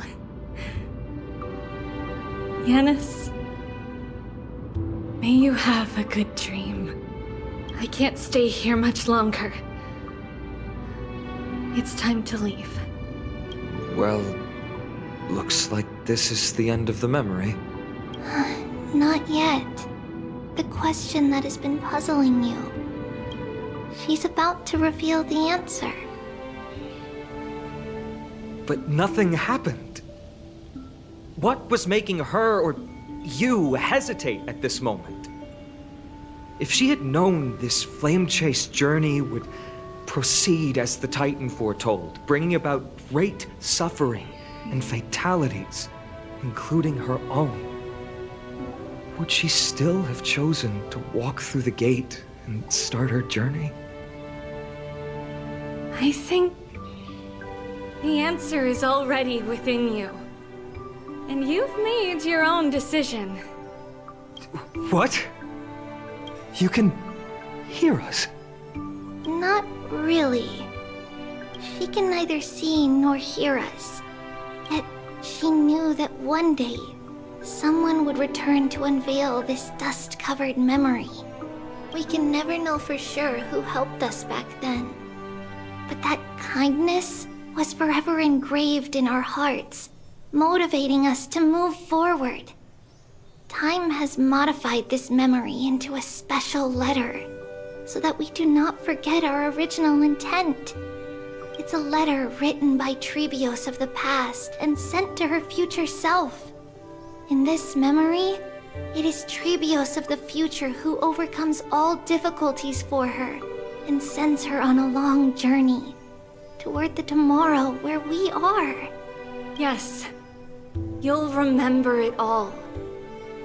And then find your way back to the gate where everything began. Here, I will set sail toward the distant horizon. Here, you have traveled far on your way home. Such is the maxim that unveils Trebios' fate.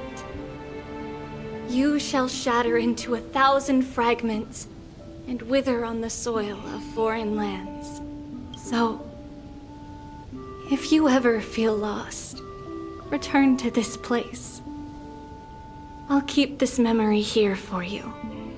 Or for me, to embrace it again.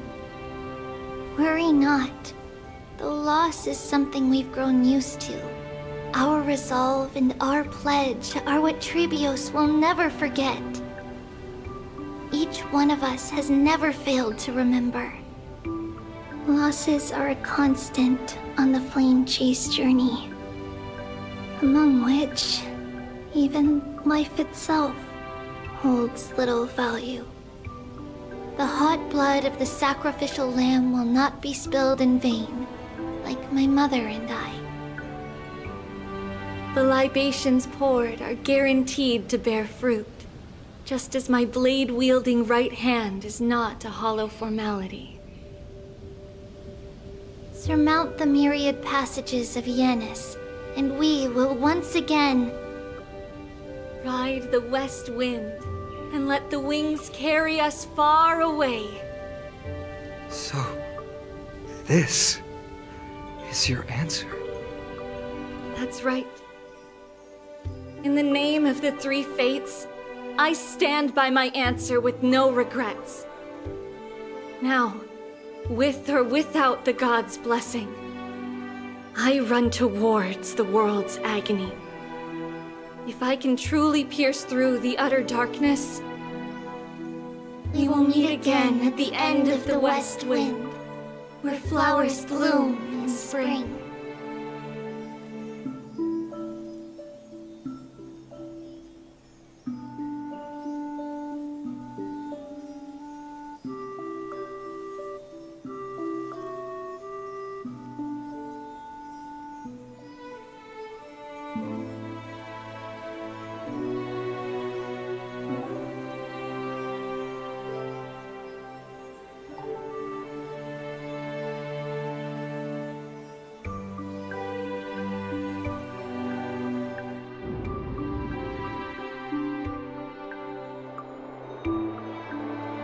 Lady Treby, do you still think that everything will be fine tomorrow?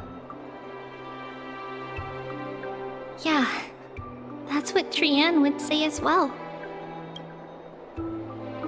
With all due respect, Lady Treby, you know perfectly well that see you tomorrow is nothing but a white lie.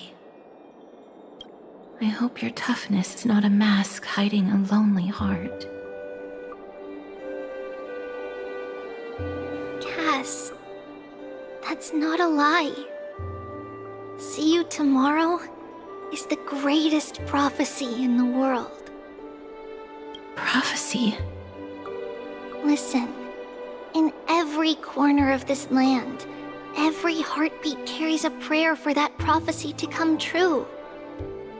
It may be that only a few heroes will bring tomorrow to the new world, but the prophecy of leading everyone to tomorrow belongs to all in Amphorius.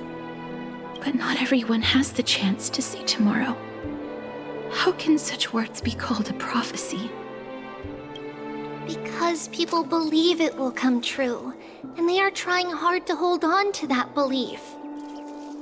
Even as the world teeters on the brink of collapse, everyone is pressing forward, longing to reach farther and move toward tomorrow. And that is why a holy maiden exists to lead the world toward tomorrow, and why Yanisopolis' prophecy unfolds as passages. Fate is not about the outcome, but the journey. It's not the flowers that bloom at the end of the road, but rather the paths that lead beyond the gate, where people tread toward the sea of flowers.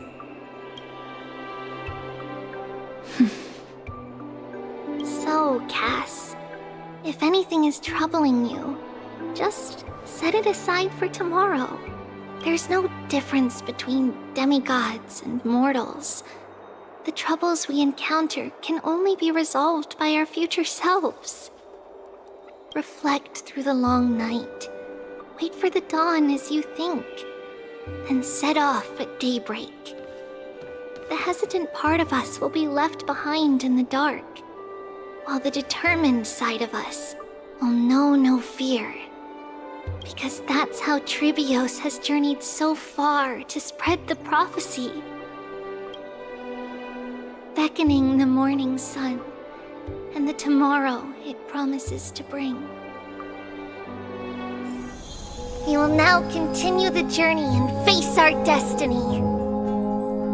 We will step over the gods' corpses and wander among humanity, and thus we shall sweep apart Amphorius' pitch-dark fog. And at the end, all will reach that silver-white shoal, that end of the journey, that new world and new tomorrow. It is a haven free from storms, cold, and heavy rains. No sorrow can linger there. We've made a promise to meet again at the end of the west wind, where flowers bloom in spring. See you tomorrow, Brienne. See you tomorrow!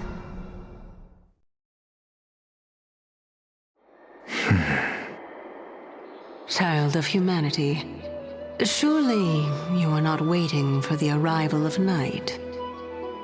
Nights do not fall upon Akama. That's why it's futile for you to wait here. Honestly, I didn't expect the renowned Reason Titan to behave like this. And that's all thanks to you. If your soul weren't as prickly as a hedgehog, I wouldn't have to act this way. If you were more accommodating, you wouldn't be opposing me all the time, and I could teach you more freely instead.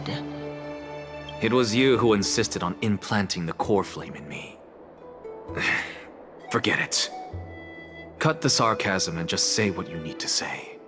Fine, fine. All I want is to remind you, there's not much left in your soul.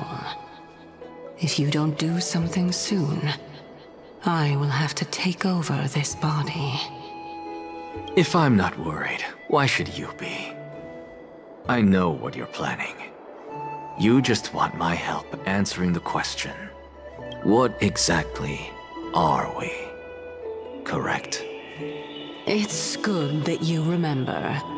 Thus, equivalent exchange. It's only fair. Then rest easy. The answer will soon be revealed, and you'll have to return my body shortly. Is that true? Certainly. I initially thought this extremely frail state would hinder me from getting my body back. But I didn't expect the answer to be right within it. That saved me a lot of trouble. I don't even need the black-robed swordmaster's ceremonial blade. That's certainly worth celebrating.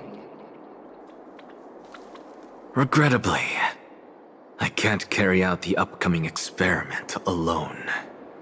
The girl who's walking with death, is she fully prepared? Be patient, Titan. If we're always so guarded, how can death reach us easily? Unfortunately, on behalf of Okima, I must ask you to slow your pace. I forgot about you. My apologies. A child's words are always carefree. I'll just dismiss these words as nonsense from a cheeky child. Come now, conceited performer. It's time to address your relationship with that Titan. What if I refuse? Provocation will only tip Talantan's scales further toward your demise. There's no need to go to such lengths. Oh, monster neither human nor divine. Don't forget that you won't dare kill me. If you snuff out the core flame of reason, what else can you use to stand against the Council? Do you two mind if I cut in? I warned you. Do not interrupt me. I just have been meaning to ask. Does death really matter to you? What do you mean? What I mean is, before I implanted the core flame into your heart, you were already a silent, cold corpse.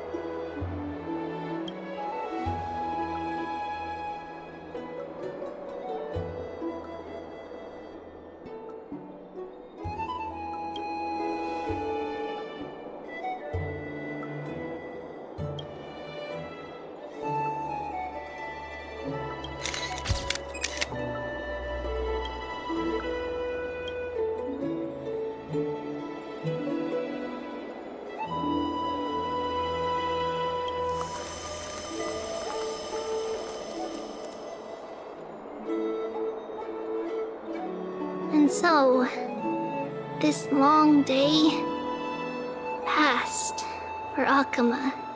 Some people arrived, and some left forever. Just like every other day of this journey, where we, stumbling, move forward. We have long been prepared. If we are to chase the flames, then we must grow used to farewells. And yet, no one back then could foresee death. Its arrival would always be so sudden and so momentous. Even little Gray, coming from beyond the sky, could not escape the Reaper's two hands. And what people gained and lost in that trial of death was far heavier than life itself. Just like the destiny that the prophecy revealed for Cass, at the end of the Sea of Flowers, the souls of the living shall warm thy fingertips, and after an embrace, there shall be eternal separation.